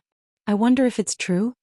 The guards in the tent looked at the person in question in surprise. A cold smile appeared on Yu Qianzhou's face. He thought to himself, and here I thought it was some bullshit Immortal Master. If they can't even figure out this kind of thing, then it goes without saying that they're all useless people. That madman is capable of anything. Immortal Master Li shook his head. Shi Wenguang immediately became spirited. He straightened his back and asked, "Immortal Masters, can you tell me in detail what happened?" Immortal Master Wu smiled bitterly and said, "I have heard of this matter. Yu Qianzhou led more than 600 people and fought with the Deluo sect's 1,000 people in front of all the sections. It was an intense battle to the death." "What was the result?" everyone asked in unison. "The result is unbelievable." Immortal Master Wu shook his head. The Deluo sect, ranked second among the righteous sects, suffered a crushing defeat. Only a few dozen of their 1,000 people were left. On the other hand, Yu Qianzhou only lost 200 people. The most shocking thing was that Yu Qianzhou was able to fight against 2 late-stage tribulation transcendence experts by himself. In the end, it was the 2 late-stage tribulation transcendence experts who suffered a loss. Hiss. Everyone gasped. They didn't care about the 1,000 people who died. What they cared about the most was the fact that Yu Qianzhou defeated 2 late-stage tribulation transcendence experts by himself. For them, late-stage tribulation transcendence experts were the pinnacle of experts. Immortal Master Zhao, who previously ridiculed Yu Qianzhou, twitched and asked, "Brother Wu, is this news fake?" "It can't be fake. I heard it personally from a disciple of the Deluo sect. He wouldn't fabricate a scandal about our sect," Immortal Master Wu said with a breath that reeked of alcohol. The scene immediately became silent. Shi Wenguang's eyes flickered with excitement. Yu Qianzhou didn't lie to him. Since he had the ability to fight against the Deluo sect, it was only a matter of time before something big happened. He immediately raised his cup and said, "Immortal Masters, please." Then he drank the cup to show his respect. Immortal Master Zhao clearly felt that he had lost face. After putting down his cup, he snorted and said, "I think this news is probably fake. Think about it. I heard that Yu Qianzhou is only at the nascent soul stage. How could he defeat 2 late-stage tribulation transcendence experts from the Deluo sect by himself?" Everyone looked at each other. After all, they hadn't seen it with their own eyes, so it was hard to say. Even if they said it was fake, they had heard many people talking about it.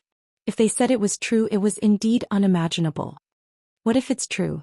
Someone in the tent suddenly laughed. Shi Wenguang was slightly surprised. This person's voice was too familiar. Sure enough, Yu Qianzhou lifted the curtain and slowly walked out. He secretly gave Shi Wenguang, who was about to speak, a look to indicate that he should not speak. He stood beside Shi Wenguang and cupped his hands towards the people below. "I am a cousin of the great general. I heard Immortal Masters talking about it and couldn't help but come out to join in the fun. I hope Immortal Masters won't mind." As he spoke, he looked at the people around him. They were only at the foundation establishment stage, yet they dared to come to his territory and pretend to be experts. They simply didn't know what was good for them. The 4 people looked at Shi Wenguang in confusion. The latter nodded and said with a smile, "Immortal Masters, please don't be suspicious. He is indeed my cousin." Hearing this, the people around him relaxed. "What? The great general's cousin is also interested in the matters of the cultivation world?" Immortal Master Zhao shook his head and said, "Then let me test you. Do you know how many sects there are in the cultivation world? How many righteous sects and how many demonic sects?" "There should be at least a few hundred," Yu Qianzhou said after thinking for a moment.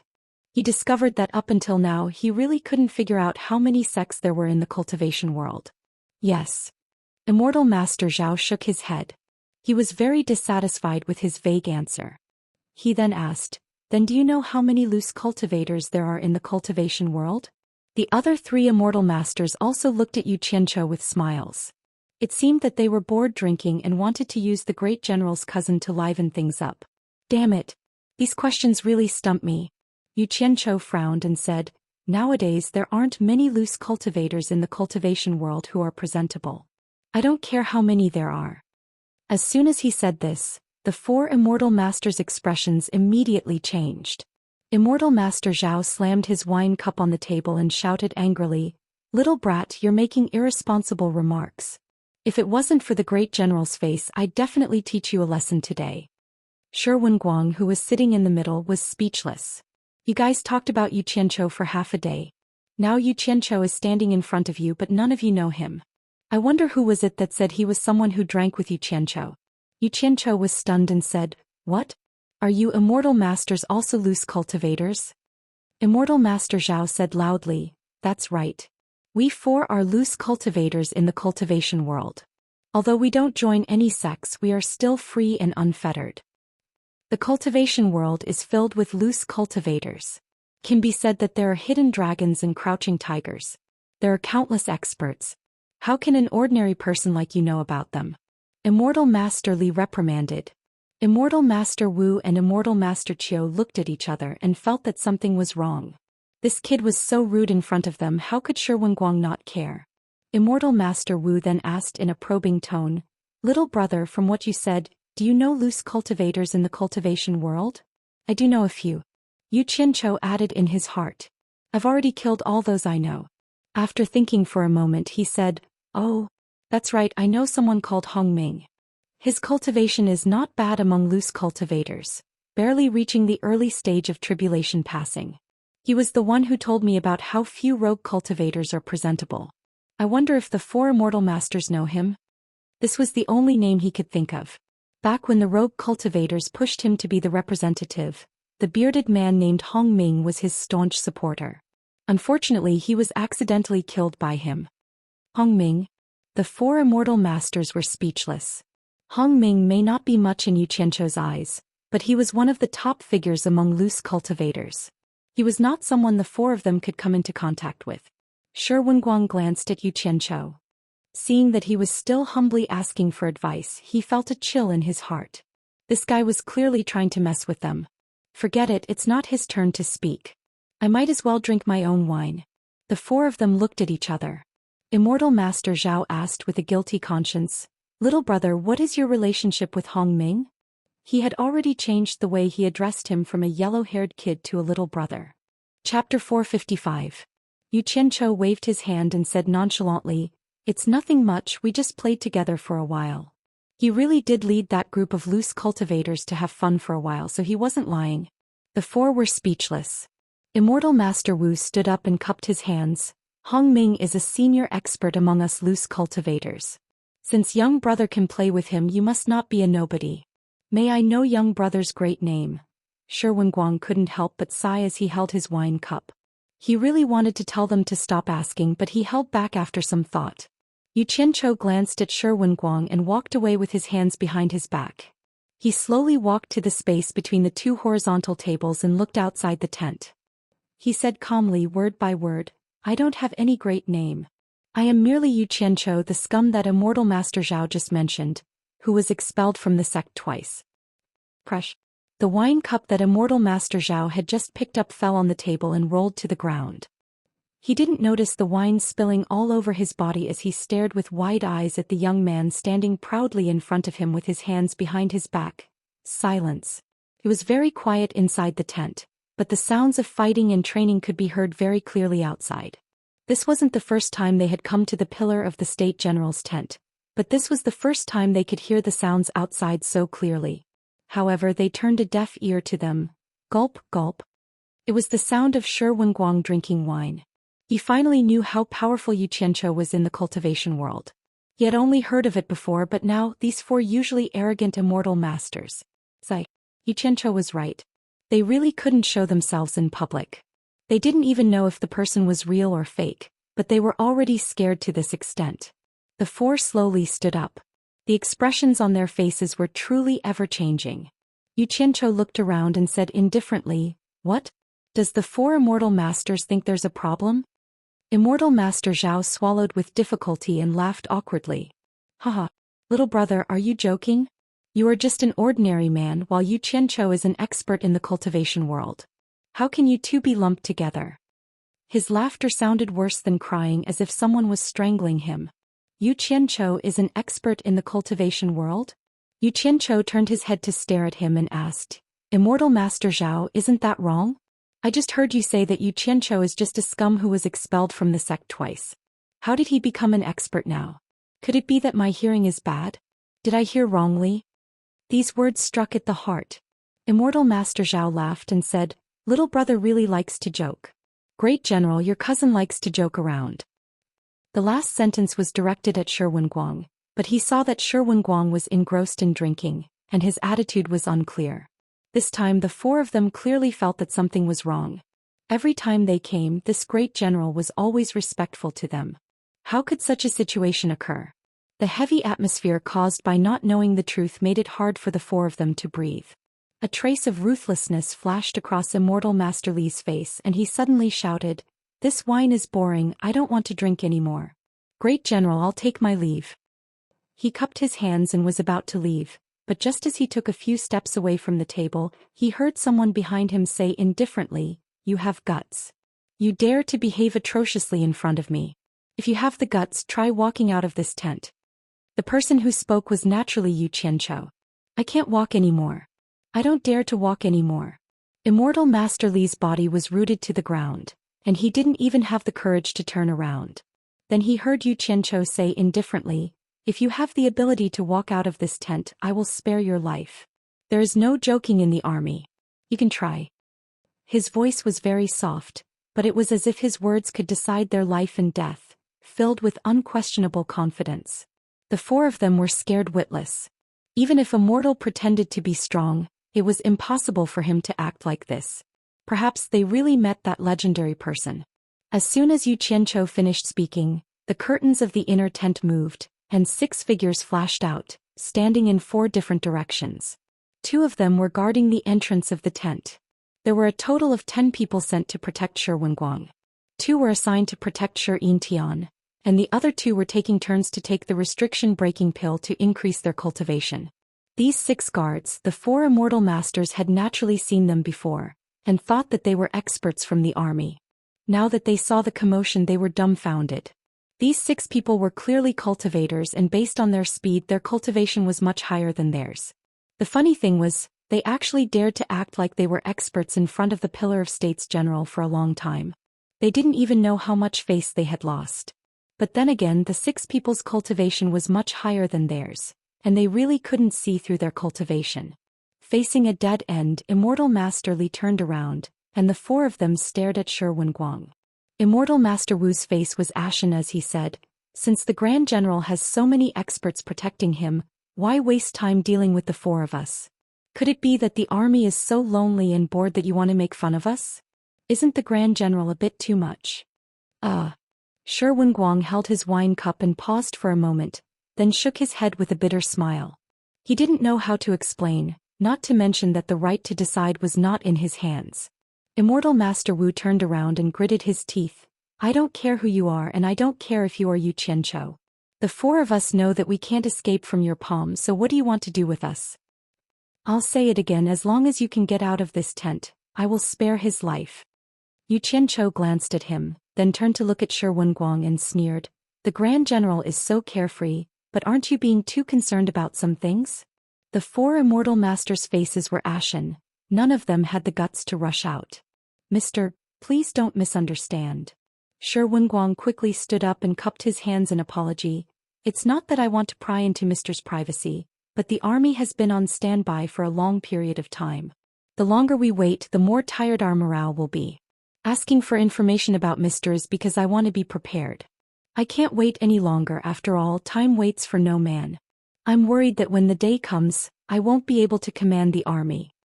Yu Qianzhou frowned. Shi Wenguang's words were indeed a problem. With Shi Xian's experience and ability, he wouldn't be able to command the entire army. The 4 immortal masters also heard some clues and were aghast. This Yu Qianzhou's ambition was not small. He actually wanted to rebel. Wouldn't that mean that sooner or later he would have to fight with the supporting Immortal Island for the world? The matters of the cultivation world, the Grand General doesn't need to worry about it in the future. Just focus on your own matters.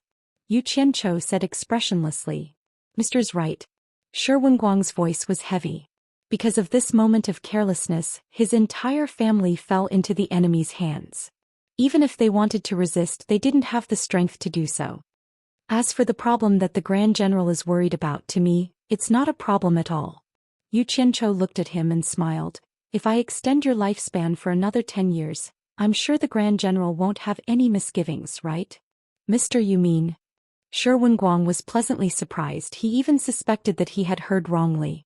Yu Qianzhou didn't rush to reply. Instead, he turned to the 4 so-called immortal masters and asked, "Do any of you know about the 7 orifices exquisite pill?" The 4 people looked at each other, thinking about the name of the pill in their minds. Suddenly, Immortal Master Zhao revealed a look of realization. With the thought of redeeming himself, he said, "Mister, I remember now. I've heard people say that the 7 orifices exquisite pill is a miraculous pill. It is said that a mortal can extend their lifespan by 50 years, and a cultivator can extend their lifespan by 150 years. Mister, I wonder if I'm right? I didn't expect you to have some knowledge." Yu Qianzhou smiled and nodded. "Mister is flattering me." Immortal Master Zhao smiled from ear to ear, his face full of flattery. However, after hearing what Yu Qianzhou said, he couldn't smile anymore. "If that's the case, then I'll give you a quick death," Yu Qianzhou said indifferently, then made a kill without mercy gesture to the 6 guards. The guards were shocked, but they didn't even have the chance to scream before their heads were separated from their bodies. Their blood spurted high into the air, dyeing the ground red as they fell to the ground with a crash. Yu Qianzhou said indifferently, "In the future, if you see such swindlers again, for the sake of the great general's safety, kill without mercy." Yes. The 6 people bowed and accepted the order. Yu Qianzhou waved his hand and said, "Pack up, all of you can leave for the time being." Without another word, the 6 people quickly carried the beheaded corpse out. They knew that their leader wanted to speak privately, so they closed the tent curtain, leaving only the 2 of them in the tent. Shi Wenguang was so shocked that he couldn't speak. He didn't expect Yu Qianzhou to be so cruel and merciless, taking people's lives so easily. He was used to seeing life and death, so he wasn't afraid of seeing dead people. It was the first time he saw the skills of his 6 guards, so he was shocked. He didn't even see what was going on before the heads of the 4 flying immortals were removed. Thinking about how there were always 6 powerful people around him who didn't share the same thoughts as him, he felt like he was sitting on pins and needles. To be honest, he was considered a famous general, so he didn't want to be controlled by others for a long time. He did have some disloyalty and hoped to hook up with some experts in the cultivation world through the immortals. When the time was right, he wanted to get rid of the guards that Yu Qianzhou had sent to protect him and his family. But now he was really shocked by the reality in front of him. The other party didn't say anything and killed the people that he was going to use as a middleman. At the same time, he said it was for the sake of the great general's safety, and it completely cut off his little thoughts. How ruthless. This was something that both sides were aware of, so Yu Qianzhou wouldn't point it out. Since you've cut off your thoughts, you should be more obedient and stop thinking about unrelated things. He smiled faintly and took out a spirit pill. The inside of the tent was immediately filled with rippling blood-colored light, and it was abnormally mysterious and blurry. Shi Wenguang stared in surprise at the magical pill that was emitting a strange light. Yu Qianzhou smiled and said, "This is the 7 orifices exquisite pill that can extend a mortal's life by 50 years. In the cultivation world, it's something that can only be found by luck. Today, for the sake of the great general's imperial ambitions, Yu Qianzhou is willing to offer one to you so that you won't have to worry about the future." Chapter 456. Although his words were pleasant, Shi Wenguang looked at the panacea before him in a daze. There was also a hint of desolation in his eyes. He was unwilling to take it for a long time. He was not excited that Yu Qianzhou was going to give him a rare panacea. Instead, he was thinking that Yu Qianzhou was going to give him a poison to control him. He had seen many similar things in his decades in the army. Yu Qianzhou saw through him and sneered. "General, you're underestimating me too much. Do you really think that you, the pillar of the kingdom, are indispensable? That I, Yu Qianzhou, can't do without you? If it wasn't for Shi Xian, why would I waste so much effort on your Shi family? I could have just knocked supporting Immortal Island off its pedestal. Would I be afraid that the Li dynasty wouldn't submit to me at that time? Why would I do all this?" Shi Wenguang was stunned by his words, but he suddenly became clear-headed.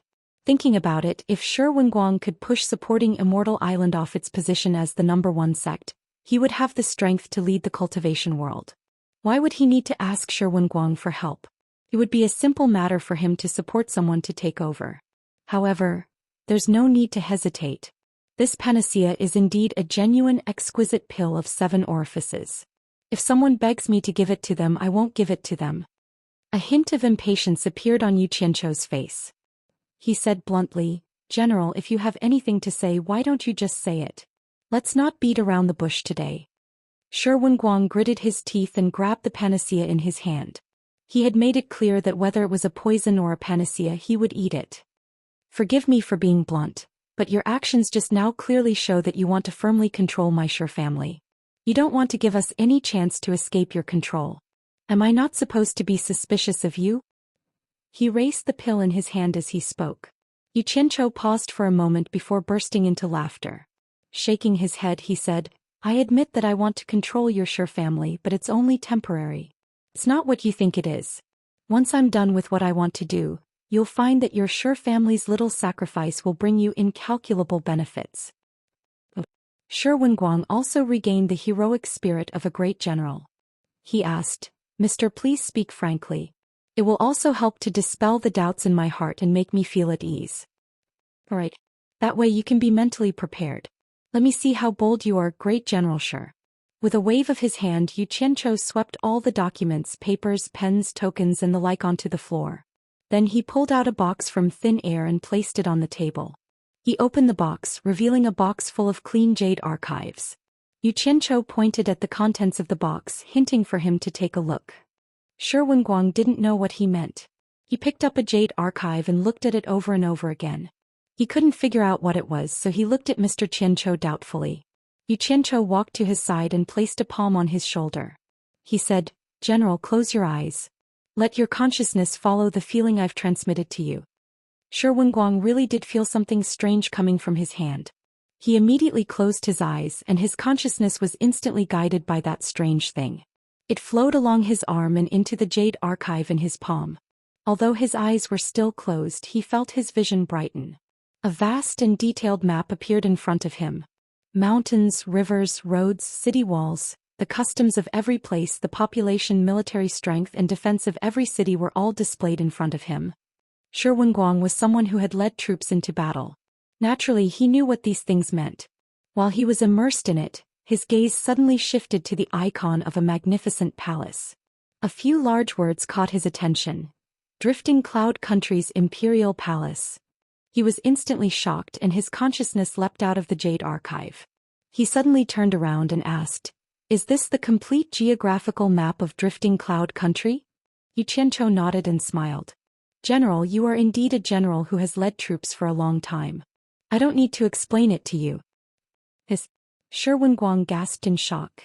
Such a detailed geographical map is unbelievable. I've never seen such a thing in my decades in the army. May I know who made it? Don't look at me with suspicion. I didn't do it. I took this from a foreign cultivator. It's a pity that I didn't know who that person was. I'm sure General can tell that the person who made this box of maps is after something big, Yu Qianchou said. Naturally, he wouldn't say that he got this box of maps from the dead. All the jade archives in this box are here? Are all the country's maps in here? Shi Wenguang was even more shocked. Yu Qianchou shook his head. Not all of them. There are still 2 countries missing. Wuxia's map isn't among them. There's one more country, but I can't tell which one I missed. There are so many that I'm getting dizzy. But without a doubt, this missing country is the creator of these maps. Why are you so sure? Could it not be Wuxia's doing? Shi Wenguang asked in confusion. Do you really think that a single country is capable of making these maps? Yu Qianchou laughed coldly. Shi Wenguang hesitated. This is indeed difficult. Let's not talk about how long it would take. Other countries wouldn't allow a foreign country to investigate their country's terrain. Moreover, even the deployment of troops is marked in detail. It's very difficult. That's why I said that only cultivators have the ability to do this. When it comes to the cultivation world, you don't know it as well as I do. Yu Qianchou touched the clean jade archives in the box with one hand and said slowly, Why isn't there a map of Wuxia in here? The reason is simple. Wuxia cultivators have always called themselves the orthodox cultivators of the world. They look down on foreign cultivators. Their xenophobia is very strong, to the point where they've closed themselves off from the outside world. If I don't interfere with the outside world shouldn't interfere with me either. Otherwise I won't be polite. It's almost impossible for foreign cultivators to spend a lot of time drawing maps in Wuxia without being discovered. This should be the reason why there isn't a map of Wuxia. Of course, we can't rule out the possibility that the map of Wuxia hasn't been completed, or that it wasn't placed in this box. However, the chances of that are slim. Based on what Mr. has said, the other country is the biggest suspect. Shi Wenguang put the jade archives in his hand back into the box with a solemn expression. Seems that someone has set his sights on the entire world. Hee hee. You can't hide your tail forever. We'll find out sooner or later, Yu Qianzhou laughed coldly. How hard can it be to find out? Shi Wenguang asked in surprise. I have a list of the names of all the countries here. Mr. can just check and eliminate them. According to what Mr. has said, the remaining country must be the biggest suspect. Yu Qianzhou was stunned. Is that so? Then give me a copy. He realized that he was always overthinking things. There were some things that were right in front of him that he couldn't see. Please wait a moment, mister. Shi Wenguang turned around and went into the inner tent. Not long after, he returned with a leather scroll and handed it to Yu Qianzhou. Regardless of size, the names of all 319 countries are all in here. Yu Qianzhou took the scroll, opened it and nodded. He closed the box on the table and tossed it all into his storage pouch. Having him do such a meticulous job would give him a toothache. It was better to find someone more attentive. He then asked, What are your thoughts after reading this, General? Shi Wenguang's eyes narrowed. He slowly said, I don't understand what Mr. means. You've guessed it even if you don't understand, right? Yu Qianzhou clasped his hands behind his back and paced back and forth in front of him, saying, In the past my thoughts were also limited to the Wuxia Empire. Ever since I saw this thing, it can be said that the clouds have been pushed aside to see the clear sky. Since we're going to play, let's play big. As he said this, he leaned in front of Shi Wenguang and asked, General, do you have the courage to lead an army of millions and conquer the entire world? The tent quieted down again. The roars of battle and training outside suddenly made one's blood boil. After a long silence, Shi Wenguang shook his head. Mister, you're flattering me. How could I dare to conquer the entire world?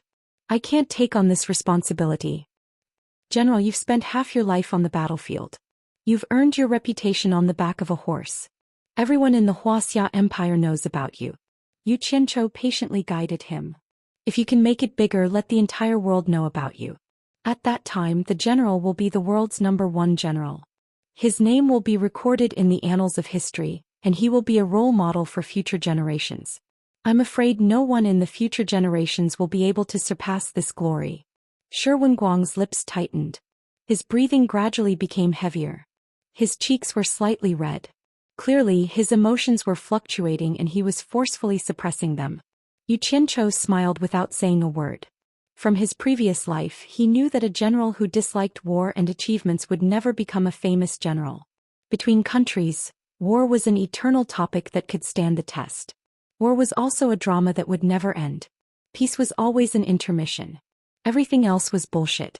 A powerful country would always be actively preparing for a war that could happen at any time. War belonged to generals who showed off their abilities.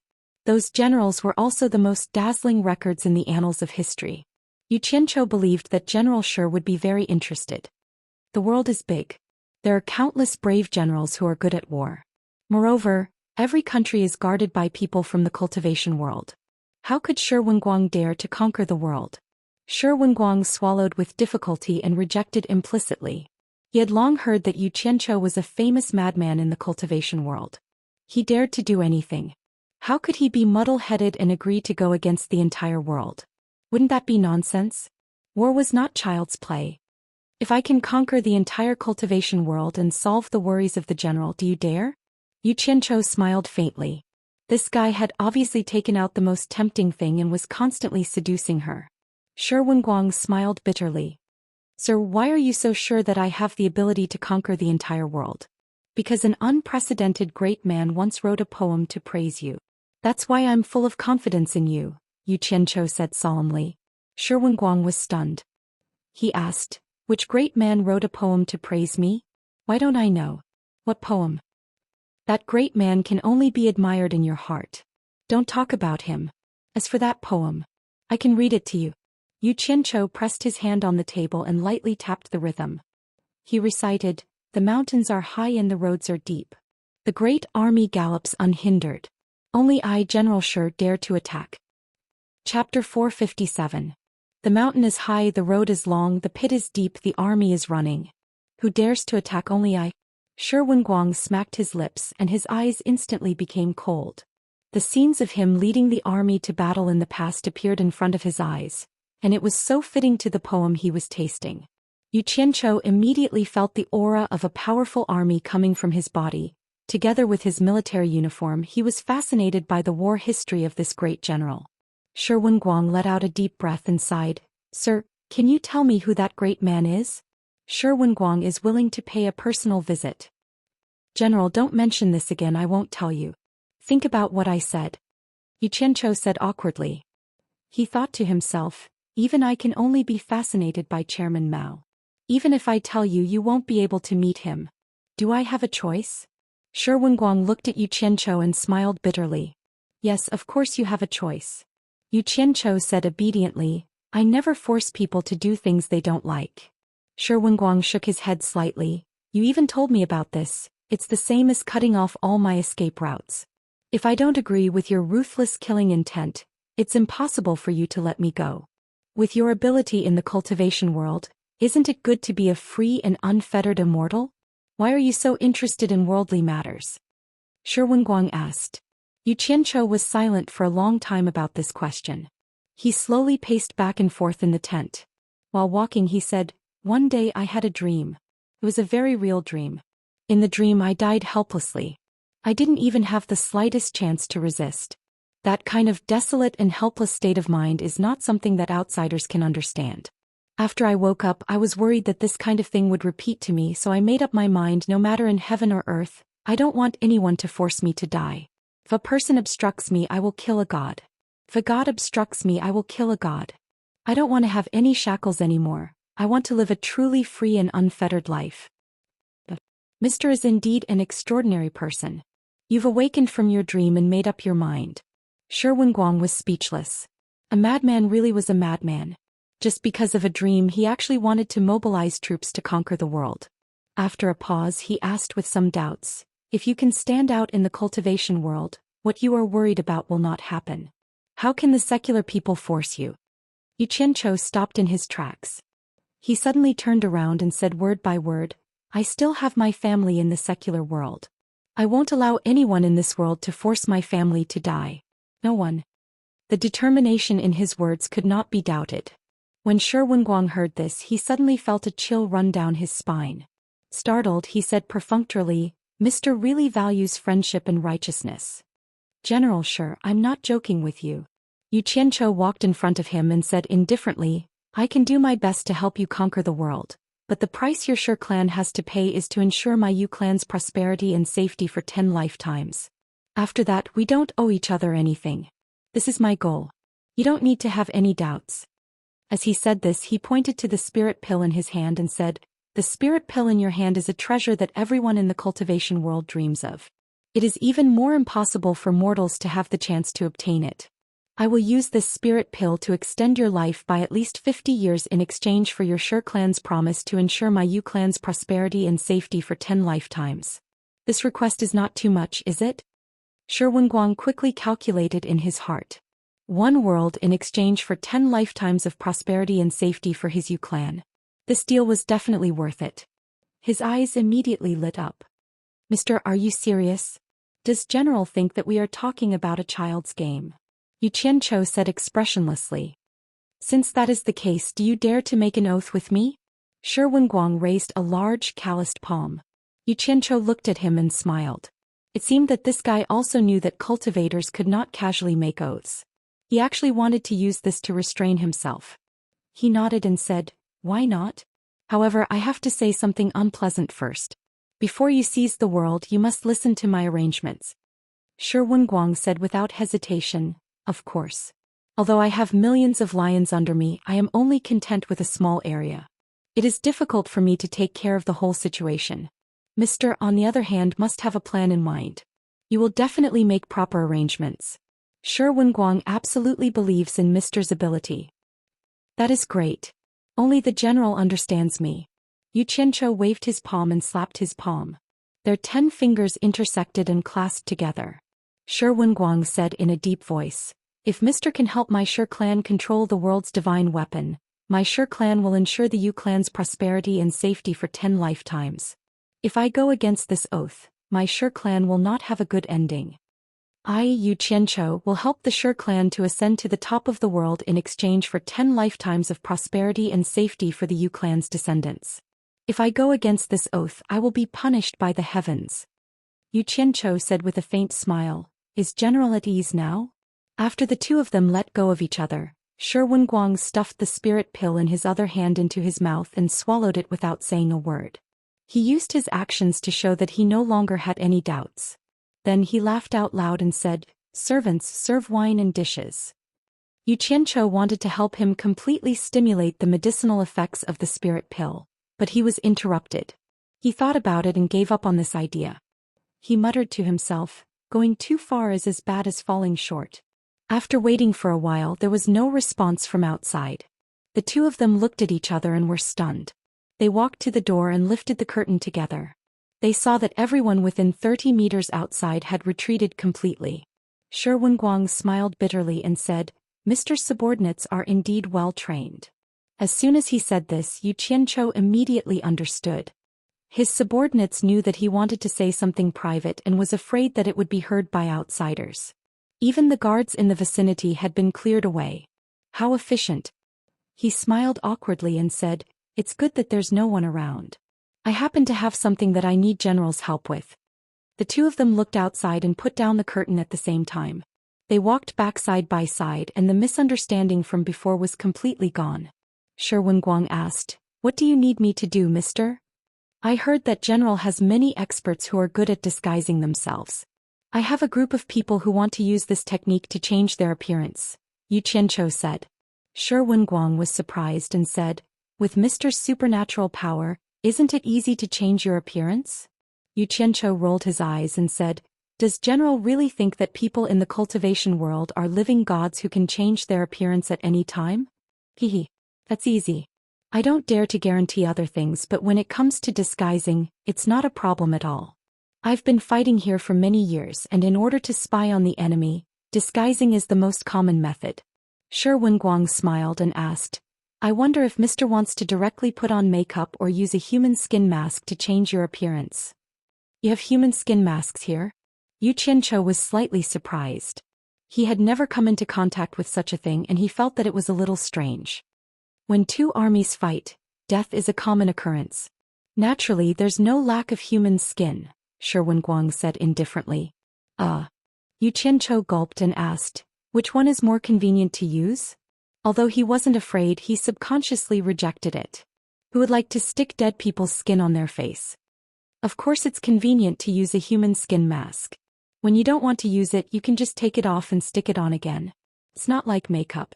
Once you take it off and want to change your appearance again, if you don't know how to do it yourself, you'll have to bring along people who know how to change their appearance, and it's also time-consuming, Shi Wenguang explained. Damn it. Looks like I really have to use that disgusting thing. Yu Qianzhou coughed and said, "Then I'll have to trouble General to prepare a few reliable disguising experts for me. Make sure to keep it a secret and don't let the news leak." The next day, a large tent was suddenly erected in the Western military camp. There were more than 60 people sitting cross-legged inside. They were the 30 Special Forces members led by Hong Qi and Gu Qingyun respectively. More than 10 soldiers who were good at disguising were meticulously taking their measurements. For something like a human skin mask, if the size was not suitable, then it would be a big problem.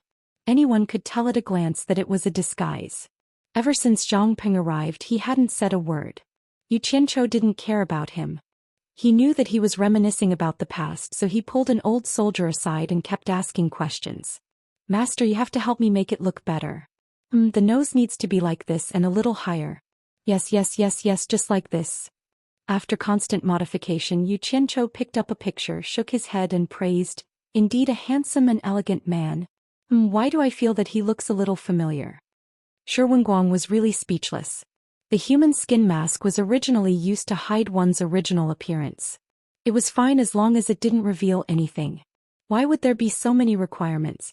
Under normal circumstances, it was better to be as low-key as possible. Who would deliberately make themselves so conspicuous? This guy was really different. Who does he look like? Yu Qianqiu held the picture and muttered. Suddenly his expression froze and he screamed, "Damn it!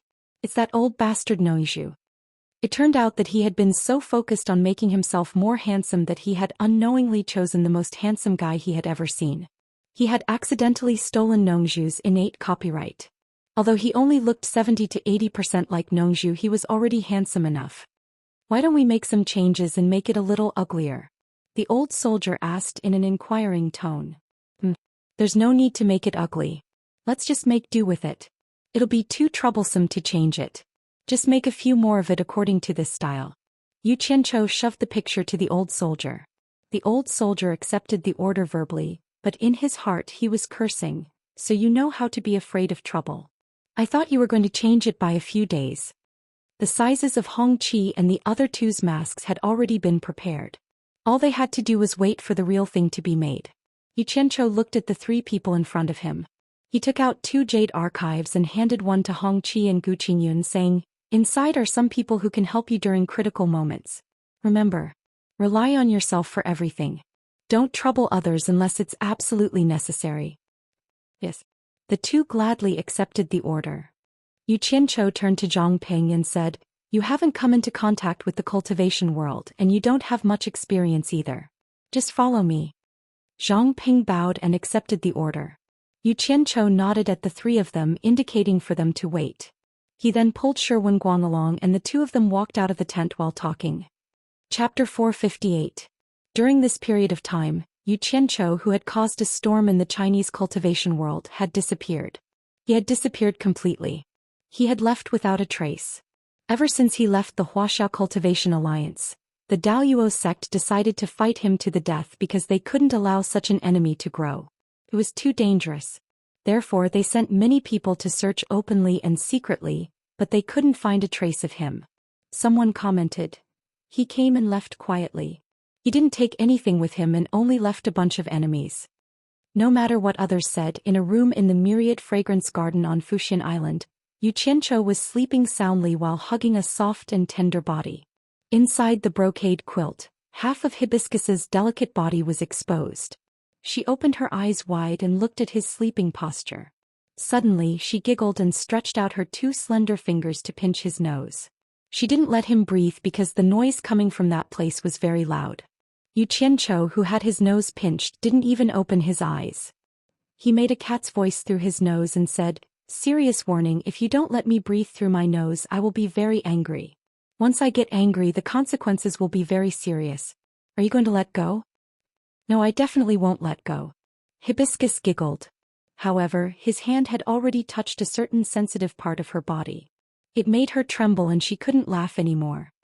"Last warning, if you don't let go you will face severe punishment. Are you going to let go?" Yu Qianqiu said righteously. Hibiscus quickly retracted her hand and hid under the quilt. Yu Qianqiu opened his eyes and said with a naughty smile, "I forgot to tell you, if you dare to bully my people in bed, even if you let go, I won't let you go. Little vixen, hand over your life." With that said, he suddenly buried himself under the quilt. Suddenly there was a messy sound coming from the bed. It seemed like Hibiscus was crying for help in a very coquettish manner. After a long time, the two of them had enough fun. Both of them weakly hugged each other and poked their heads out. Yu Qianqiu kept asking her about Fuxian Island. Hearing Furong's answers, he suddenly pushed her away and looked at her seriously. "Come with me, I'll take you out of here." The room instantly became silent. Furong widened her eyes and asked weakly, "Are you going to take me away from Fuxian Island?" She seemed to be lacking in confidence. Her delicate body was trembling uncontrollably, which meant that she was a little nervous about leaving supporting Immortal Island. "Right, I will bring you out of Fuxian Island. It is time for you to go out and have a walk. This broken island shouldn't trap you for the rest of your life." Yu Qianqiu looked at her with a pitiful expression. He caressed her hair to console her. "I'm afraid that if I go out, I won't be able to find the way back." As Hibiscus spoke, she grabbed onto Yu Qianqiu's arm tightly. It was as though she was grabbing onto her last life-saving straw. Her eyes were filled with fear and unease. How can that be? Don't you still have me? Yu Qianqiu tried his best to smile very gently, hoping to give her a smile that would make her feel at ease. I heard from the female senior in the garden that there is a kind of man in this world that is like the wind. When he comes suddenly, and when he leaves immediately. He won't stay. Women will never be able to accompany him. You came very suddenly and left just like that. Could you be that man who is like the wind? The more Hibiscus spoke, the softer her voice became. She didn't dare to look at him directly. She was afraid that he would be unhappy because of what she said. There is such a flashy saying. Damn, which slut said that? Yu Qianqiu said in astonishment. He looked at Hibiscus, who seemed to have done something wrong. He placed his hand on her smooth and soft waist and shook it. Look at me. Hibiscus looked at him in confusion. She saw Yu Qianqiu stretch out a palm and solemnly say, I, Yu Qianqiu, swear to the heavens that as long as Hibiscus doesn't despise me, don't hate me, I, Yu Qianqiu, will never abandon her in this lifetime. I will never let her get lost. After swearing, Hibiscus's eyes instantly brightened. They were filled with indescribable joy. She suddenly hugged him fiercely like an octopus. She nodded repeatedly and said, I will never despise you, never hate you. I'll go with you. Cough, cough, smelly woman, you're strangling me to death. Quickly let go. I'm willing. I'll strangle you to death. I'll strangle you, smelly man. Just as Hibiscus's coquettish words finished, a slap landed on her butt. Hibiscus immediately retaliated strongly. The bed became a mess again. The blankets couldn't cover her anymore. That was like the radiance of spring. All right. Stop fighting. I admit defeat. After a long time, Yu Qianqiu grabbed Hibiscus's hands and said with a bitter smile. Not to mention that this seemingly frail woman had a peerless weapon in her possession. This was the first time he discovered that she actually had such exuberant energy. She could torment someone to death. Hibiscus didn't say anything else and leaned over again. Yu Qianqiu didn't know whether to laugh or cry. Hibiscus, we can't always laze around in bed. If you want to go with me, shouldn't you tell your father first? Speaking of this, Hibiscus's expression became hesitant again. She said embarrassedly, He keeps saying that you're a little heartless. What if he doesn't let me go with you? Yu Qianqiu raised his eyebrows. His expression immediately softened. That was his future father-in-law. If he scolded him, so be it. He awkwardly smiled and said, You go and tell him. With me here, he won't stop you. Go quickly, we're in a hurry. Hibiscus was very confident in him. She nodded and immediately got out of the quilt to put on her clothes. Yu Qianqiu leaned sideways with his head propped up to admire. With such a graceful beauty accompanying him, this life was not in vain. After watching Hibiscus go out, he was suddenly shocked and quickly got up to put on his clothes. Ferdinand knew that he was going to take his daughter away, so he would definitely come to question him. He couldn't let others see him lying naked on his daughter's bed. Ferdinand was as angry as ever. In fact, he knew that Yu Qianqiu came. He was just about to go to the backyard to see his daughter, who knew that the door was closed and there were some muffled sounds inside. How could he not know who came? The reason why Ferdinand was angry was that he suspected that this kid had ulterior motives. Otherwise, how could he do that with his daughter every time he came? It was too outrageous. He was simply unscrupulous and condescending. This brat's notorious behavior had already forced him to clear out the entire backyard as his daughter's territory. Even he himself had to find someone else to temporarily stay with, let alone the others. What was the use of being angry? Who asked his precious daughter to like him? Who asked him to owe his daughter too much? He really didn't dare to make her a little unhappy. Ferdinand sighed helplessly. This brat Yu Qianqiu had taken away the most precious thing in his life. His daughter's face was still full of lust and happiness. What else could he say? Father, Yu Qianqiu asked you to go over. Hibiscus said shyly. She wanted to say that she wanted to go with Yu Qianqiu, but she didn't dare to say it when the words were on the tip of her tongue. She simply threw the trouble to Yu Qianqiu. If this sentence was heard by Yu Qianqiu would be so grateful that he would cry bitterly and shout, Sister, how can I be a man if you do this? Sure enough, when Ferdinand heard this, he was so angry that smoke came out of his 7 orifices. His body trembled and his eyes were wide open. That bastard had just done that with my daughter. Now he actually sent my daughter over and asked me to go over to see him. This was simply unreasonable. Ferdinand was so angry that he almost vomited blood. Seeing that his hair and beard were trembling, his eyes were red and his body was trembling, Hibiscus asked doubtfully, "Father, what's wrong with you?" The word father was like a cooling agent that immediately made Ferdinand feel much better. Hibiscus usually didn't call him father. She would only call him like this when it was related to Xianxia. But how could this anger be so easily dispelled? Ferdinand slammed the table with a bang. Like a tiger that was about to eat people, he stood up and shouted angrily, "Okay, I'll go and see this great god." Xianxia was doing chest expansion exercises in the small garden in the backyard. He was so refreshed. In the blink of an eye, my future father-in-law is here. When Xianxia just put on a smiling face and was ready to welcome him, he suddenly found that something was wrong. Why is Ferdinand's face as black as Lord Bao's? Is he poisoned? Hibiscus's expression was also a little nervous.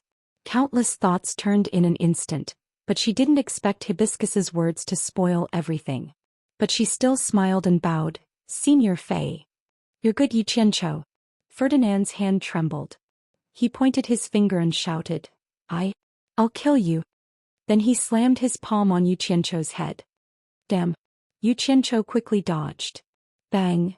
A pit had already appeared on the ground. Ah! Hibiscus screamed and flashed to Xianxia's side to block. Ferdinand didn't say anything and didn't care about his daughter. He was so angry that his eyes turned red. He raised his palm and slammed it toward the two people. Xianxia hurriedly hugged Hibiscus and dodged together. The garden was suddenly in a mess.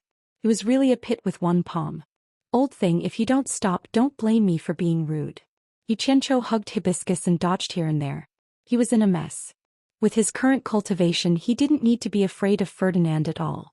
However, it also depended on who he was dealing with. Good. I want to see how you are going to be rude." Ferdinand was so angry that he laughed. He moved his finger and a cold light flew out of the storage bag. A flying sword stood in the air. Xianxia narrowed his eyes and quickly turned Hibiscus behind him to protect her. He said in a deep voice, "Ferdinand, are you serious? Did you take the wrong medicine? What did I do to make you so angry? Even if I want to take Hibiscus away, you don't need to be so angry. You don't even care about your daughter's life? You're an unreasonable, ruthless, and shameless person. I swear. Ferdinand was stunned on the spot. He was mute for a long time before he said in shock, "What did you say? You want to take Hibiscus away?" Xianxia scratched his head and looked back at Hibiscus, who was staring at her father. He turned his head and asked suspiciously, "Didn't Hibiscus tell you just now?" Chapter 459. Ferdinand looked at his daughter and was a little confused. "Since I didn't tell you, why are you so angry?" Xianxia was also a little confused and thought, "Don't tell me you only know about me and your daughter today. You created such a quiet environment to have an affair." Unable to figure it out, he turned back and asked again, "Ferong, what did you say to your father?" Ferong was bashful. "Didn't you ask me to come to see you?" Ferdinand asked, and the flying sword had been taken back. What are you talking about? If I want to see you, I should go to see you. How can I ask you to come over?" Xianxia was stunned and thought, "I am not that thick-skinned. I just did it with your daughter and then immediately asked you to come to see me. Isn't this insulting?" The two men's eyes returned to Ferong again. Xianxia asked suspiciously, "Didn't you tell your father about this?" "I called my father. You should tell him." Ferong pulled his sleeve. The two men immediately looked at each other and understood a little. It turned out that this girl's inappropriate words almost caused the father-in-law and son-in-law to fight desperately, but they still didn't know what was going on. Xianxia coughed twice and held Ferong's hand awkwardly. He said to Ferdinand, "Senior Ferdinand, let's forget about this. Let's get back to business." Ferdinand also coughed twice and threw the flying sword into the storage bag. He said with a somewhat unnatural expression, "Well, let's talk business." He thought, "I have misunderstood this kid, but it doesn't matter. I have given you my daughter. It doesn't matter if I misunderstand you. I came this time to take Ferong away. I hope Senior Ferdinand can help me." Xianxia said respectfully. Ferdinand's expression also became solemn. He frowned deeply and said, "It's not that I don't want you to take Ferong away, but do you know your current situation? There is no possibility of mediation between you and Daoist sect now. It has reached the point where you can't coexist with each other. Do you think it's safe to take Furong with you? Yu Qianzhou sneered. Daoist sect? Let them jump around for now. Sooner or later I will remove their names from the cultivation world. You don't have to worry about this. If I can't guarantee Furong's safety, I won't take her away. Remove the Daoist sect from the cultivation world? Ferdinand was speechless. Even Fuxian Island did not dare to say such words. He shook his head and sighed, young and frivolous. Do you really think that a sect that has stood in the cultivation world for thousands of years is really that simple? The sect's roots run deep, and the things inside are definitely not things that outsiders can easily understand. Those old monsters who became famous many years ago, although they no longer appear, who dares to say that they are already dead? No matter how deep the roots are, I will still uproot them. Yu Qianzhou narrowed his eyes and smiled. Senior Fei, don't worry. There won't be any danger for Furong to follow me. I'm prepared to bring her to travel around and let her gain some experience. Staying on Fuxian Island for the rest of her life isn't a solution. As he spoke, he gently held Furong in his arms with a face full of pity. Furong nodded at her father seriously, her eyes begging for her father's consent. Ferdinand's heart instantly softened. He shook his head and sighed. Fine, fine. As long as you treat my daughter well, I don't care about anything else. But I'll say this first. If you let anything happen to Furong, I'll make you pay even if I have to sacrifice this old life of mine. Senior Fei, I won't say anything unnecessary. I'll take your daughter away today and I'll give you a promise. Yu Qianzhou said with a solemn expression. I'll protect Furong with all my heart for the rest of her life. I won't bully her and no one else can bully her either. Whoever dares to touch her will have to die. Furong, who was in his arms, immediately let out a whimper and hugged his waist tightly. Good, good, good. Ferdinand nodded repeatedly and asked with great relief. Where are you going to take Furong to travel? If I have time I'll go see you guys. Yu Qianzhou looked at Furong lovingly and said, I'll take her to travel around the countries and let her see the customs of the foreign lands. I hope Senior Fei can keep this a secret for me. What did you say? Ferdinand laughed halfway and suddenly choked on his throat. He said in exasperation, going to a foreign country? Are you crazy?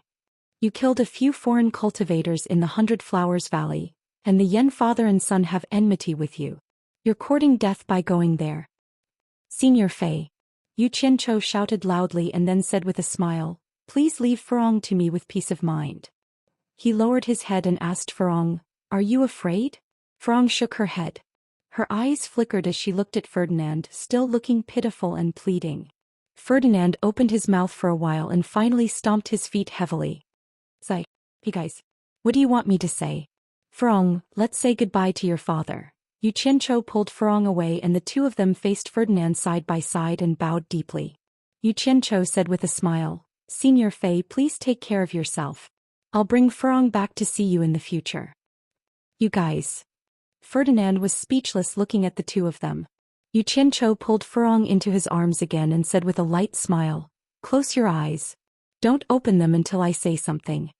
Furong heavily nodded her head and subconsciously held him tightly. She also closed her eyes tightly. She knew that Yu Qianzhou was about to use that shadowless and traceless magic technique. Yu Qianzhou smiled faintly and could not help but kiss her smooth forehead gently. Then the two of them suddenly disappeared on the spot. Ferdinand's eyes widened as he realized something very strange. He looked around and released his divine sense to search around, but there was no sign of anyone. Even an expert at the final stage of the tribulation stage could not teleport with a person. Ferdinand stood in the garden for a long time. Did his daughter just leave him like this? Then he let out a sigh of relief. Since Yu Qianzhou had such remarkable power, it should not be a problem for him to protect himself with Furong when he encountered danger. No wonder he was so confident. No wonder old ancestor Qing Yu could not catch him back then. Although Furong was the daughter of the principal elder of Wanfen Garden, she rarely met anyone in the entire Fuxian Island. Her disappearance would probably not be noticed or cared by anyone in the entire Fuxian Island. Of course, Ferdinand, who was in a daze at the moment, was full of disappointment as if someone had cut out a piece of flesh from his heart. Yu Qianzhou teleported to a secret place in Utopia with Hibiscus. After settling down for a while, they disappeared again. When they reappeared, they were already in an empty military camp, and there were endless sounds of large-scale people training and killing outside. Yu Qianzhou looked at Furong, who was hugging him tightly in his arms, and a smirk appeared on his face. He broke free from her and stood at the side. Furong's face was immediately filled with uneasiness. She stood at the same place and did not dare to move. Her hands were touching everywhere, but her eyes were closed tightly. It was obvious that she listened to Yu Qianzhou's instructions and did not dare to open her eyes out of fear. Yu Qianzhou did not dare to scare her, so he quickly said, "All right, open your eyes." The first thing Furong did when she opened her eyes was not to look at the surrounding environment, but to quickly walk over and grab Yu Qianzhou's arm. Then she widened her eyes and looked around. She asked with some uneasiness, "Where are we?" "Don't be afraid. This is a secular military camp. Go. I'll take you out to take a look." Yu Qianzhou held her hand and pulled her out of the tent. The sun was shining brightly outside, but dust was flying everywhere. The army was training non-stop. Bright armor, long spears, and steeds galloped forward. It was a grand and magnificent sight.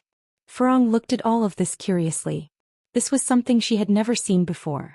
Yu Qianzhou was like a little pet as he pulled her around. She turned her head around as if she could never get enough of seeing. A woman who had not been tainted by the secular world was like a fairy that had descended from the heavens in this military camp. She was so outstanding.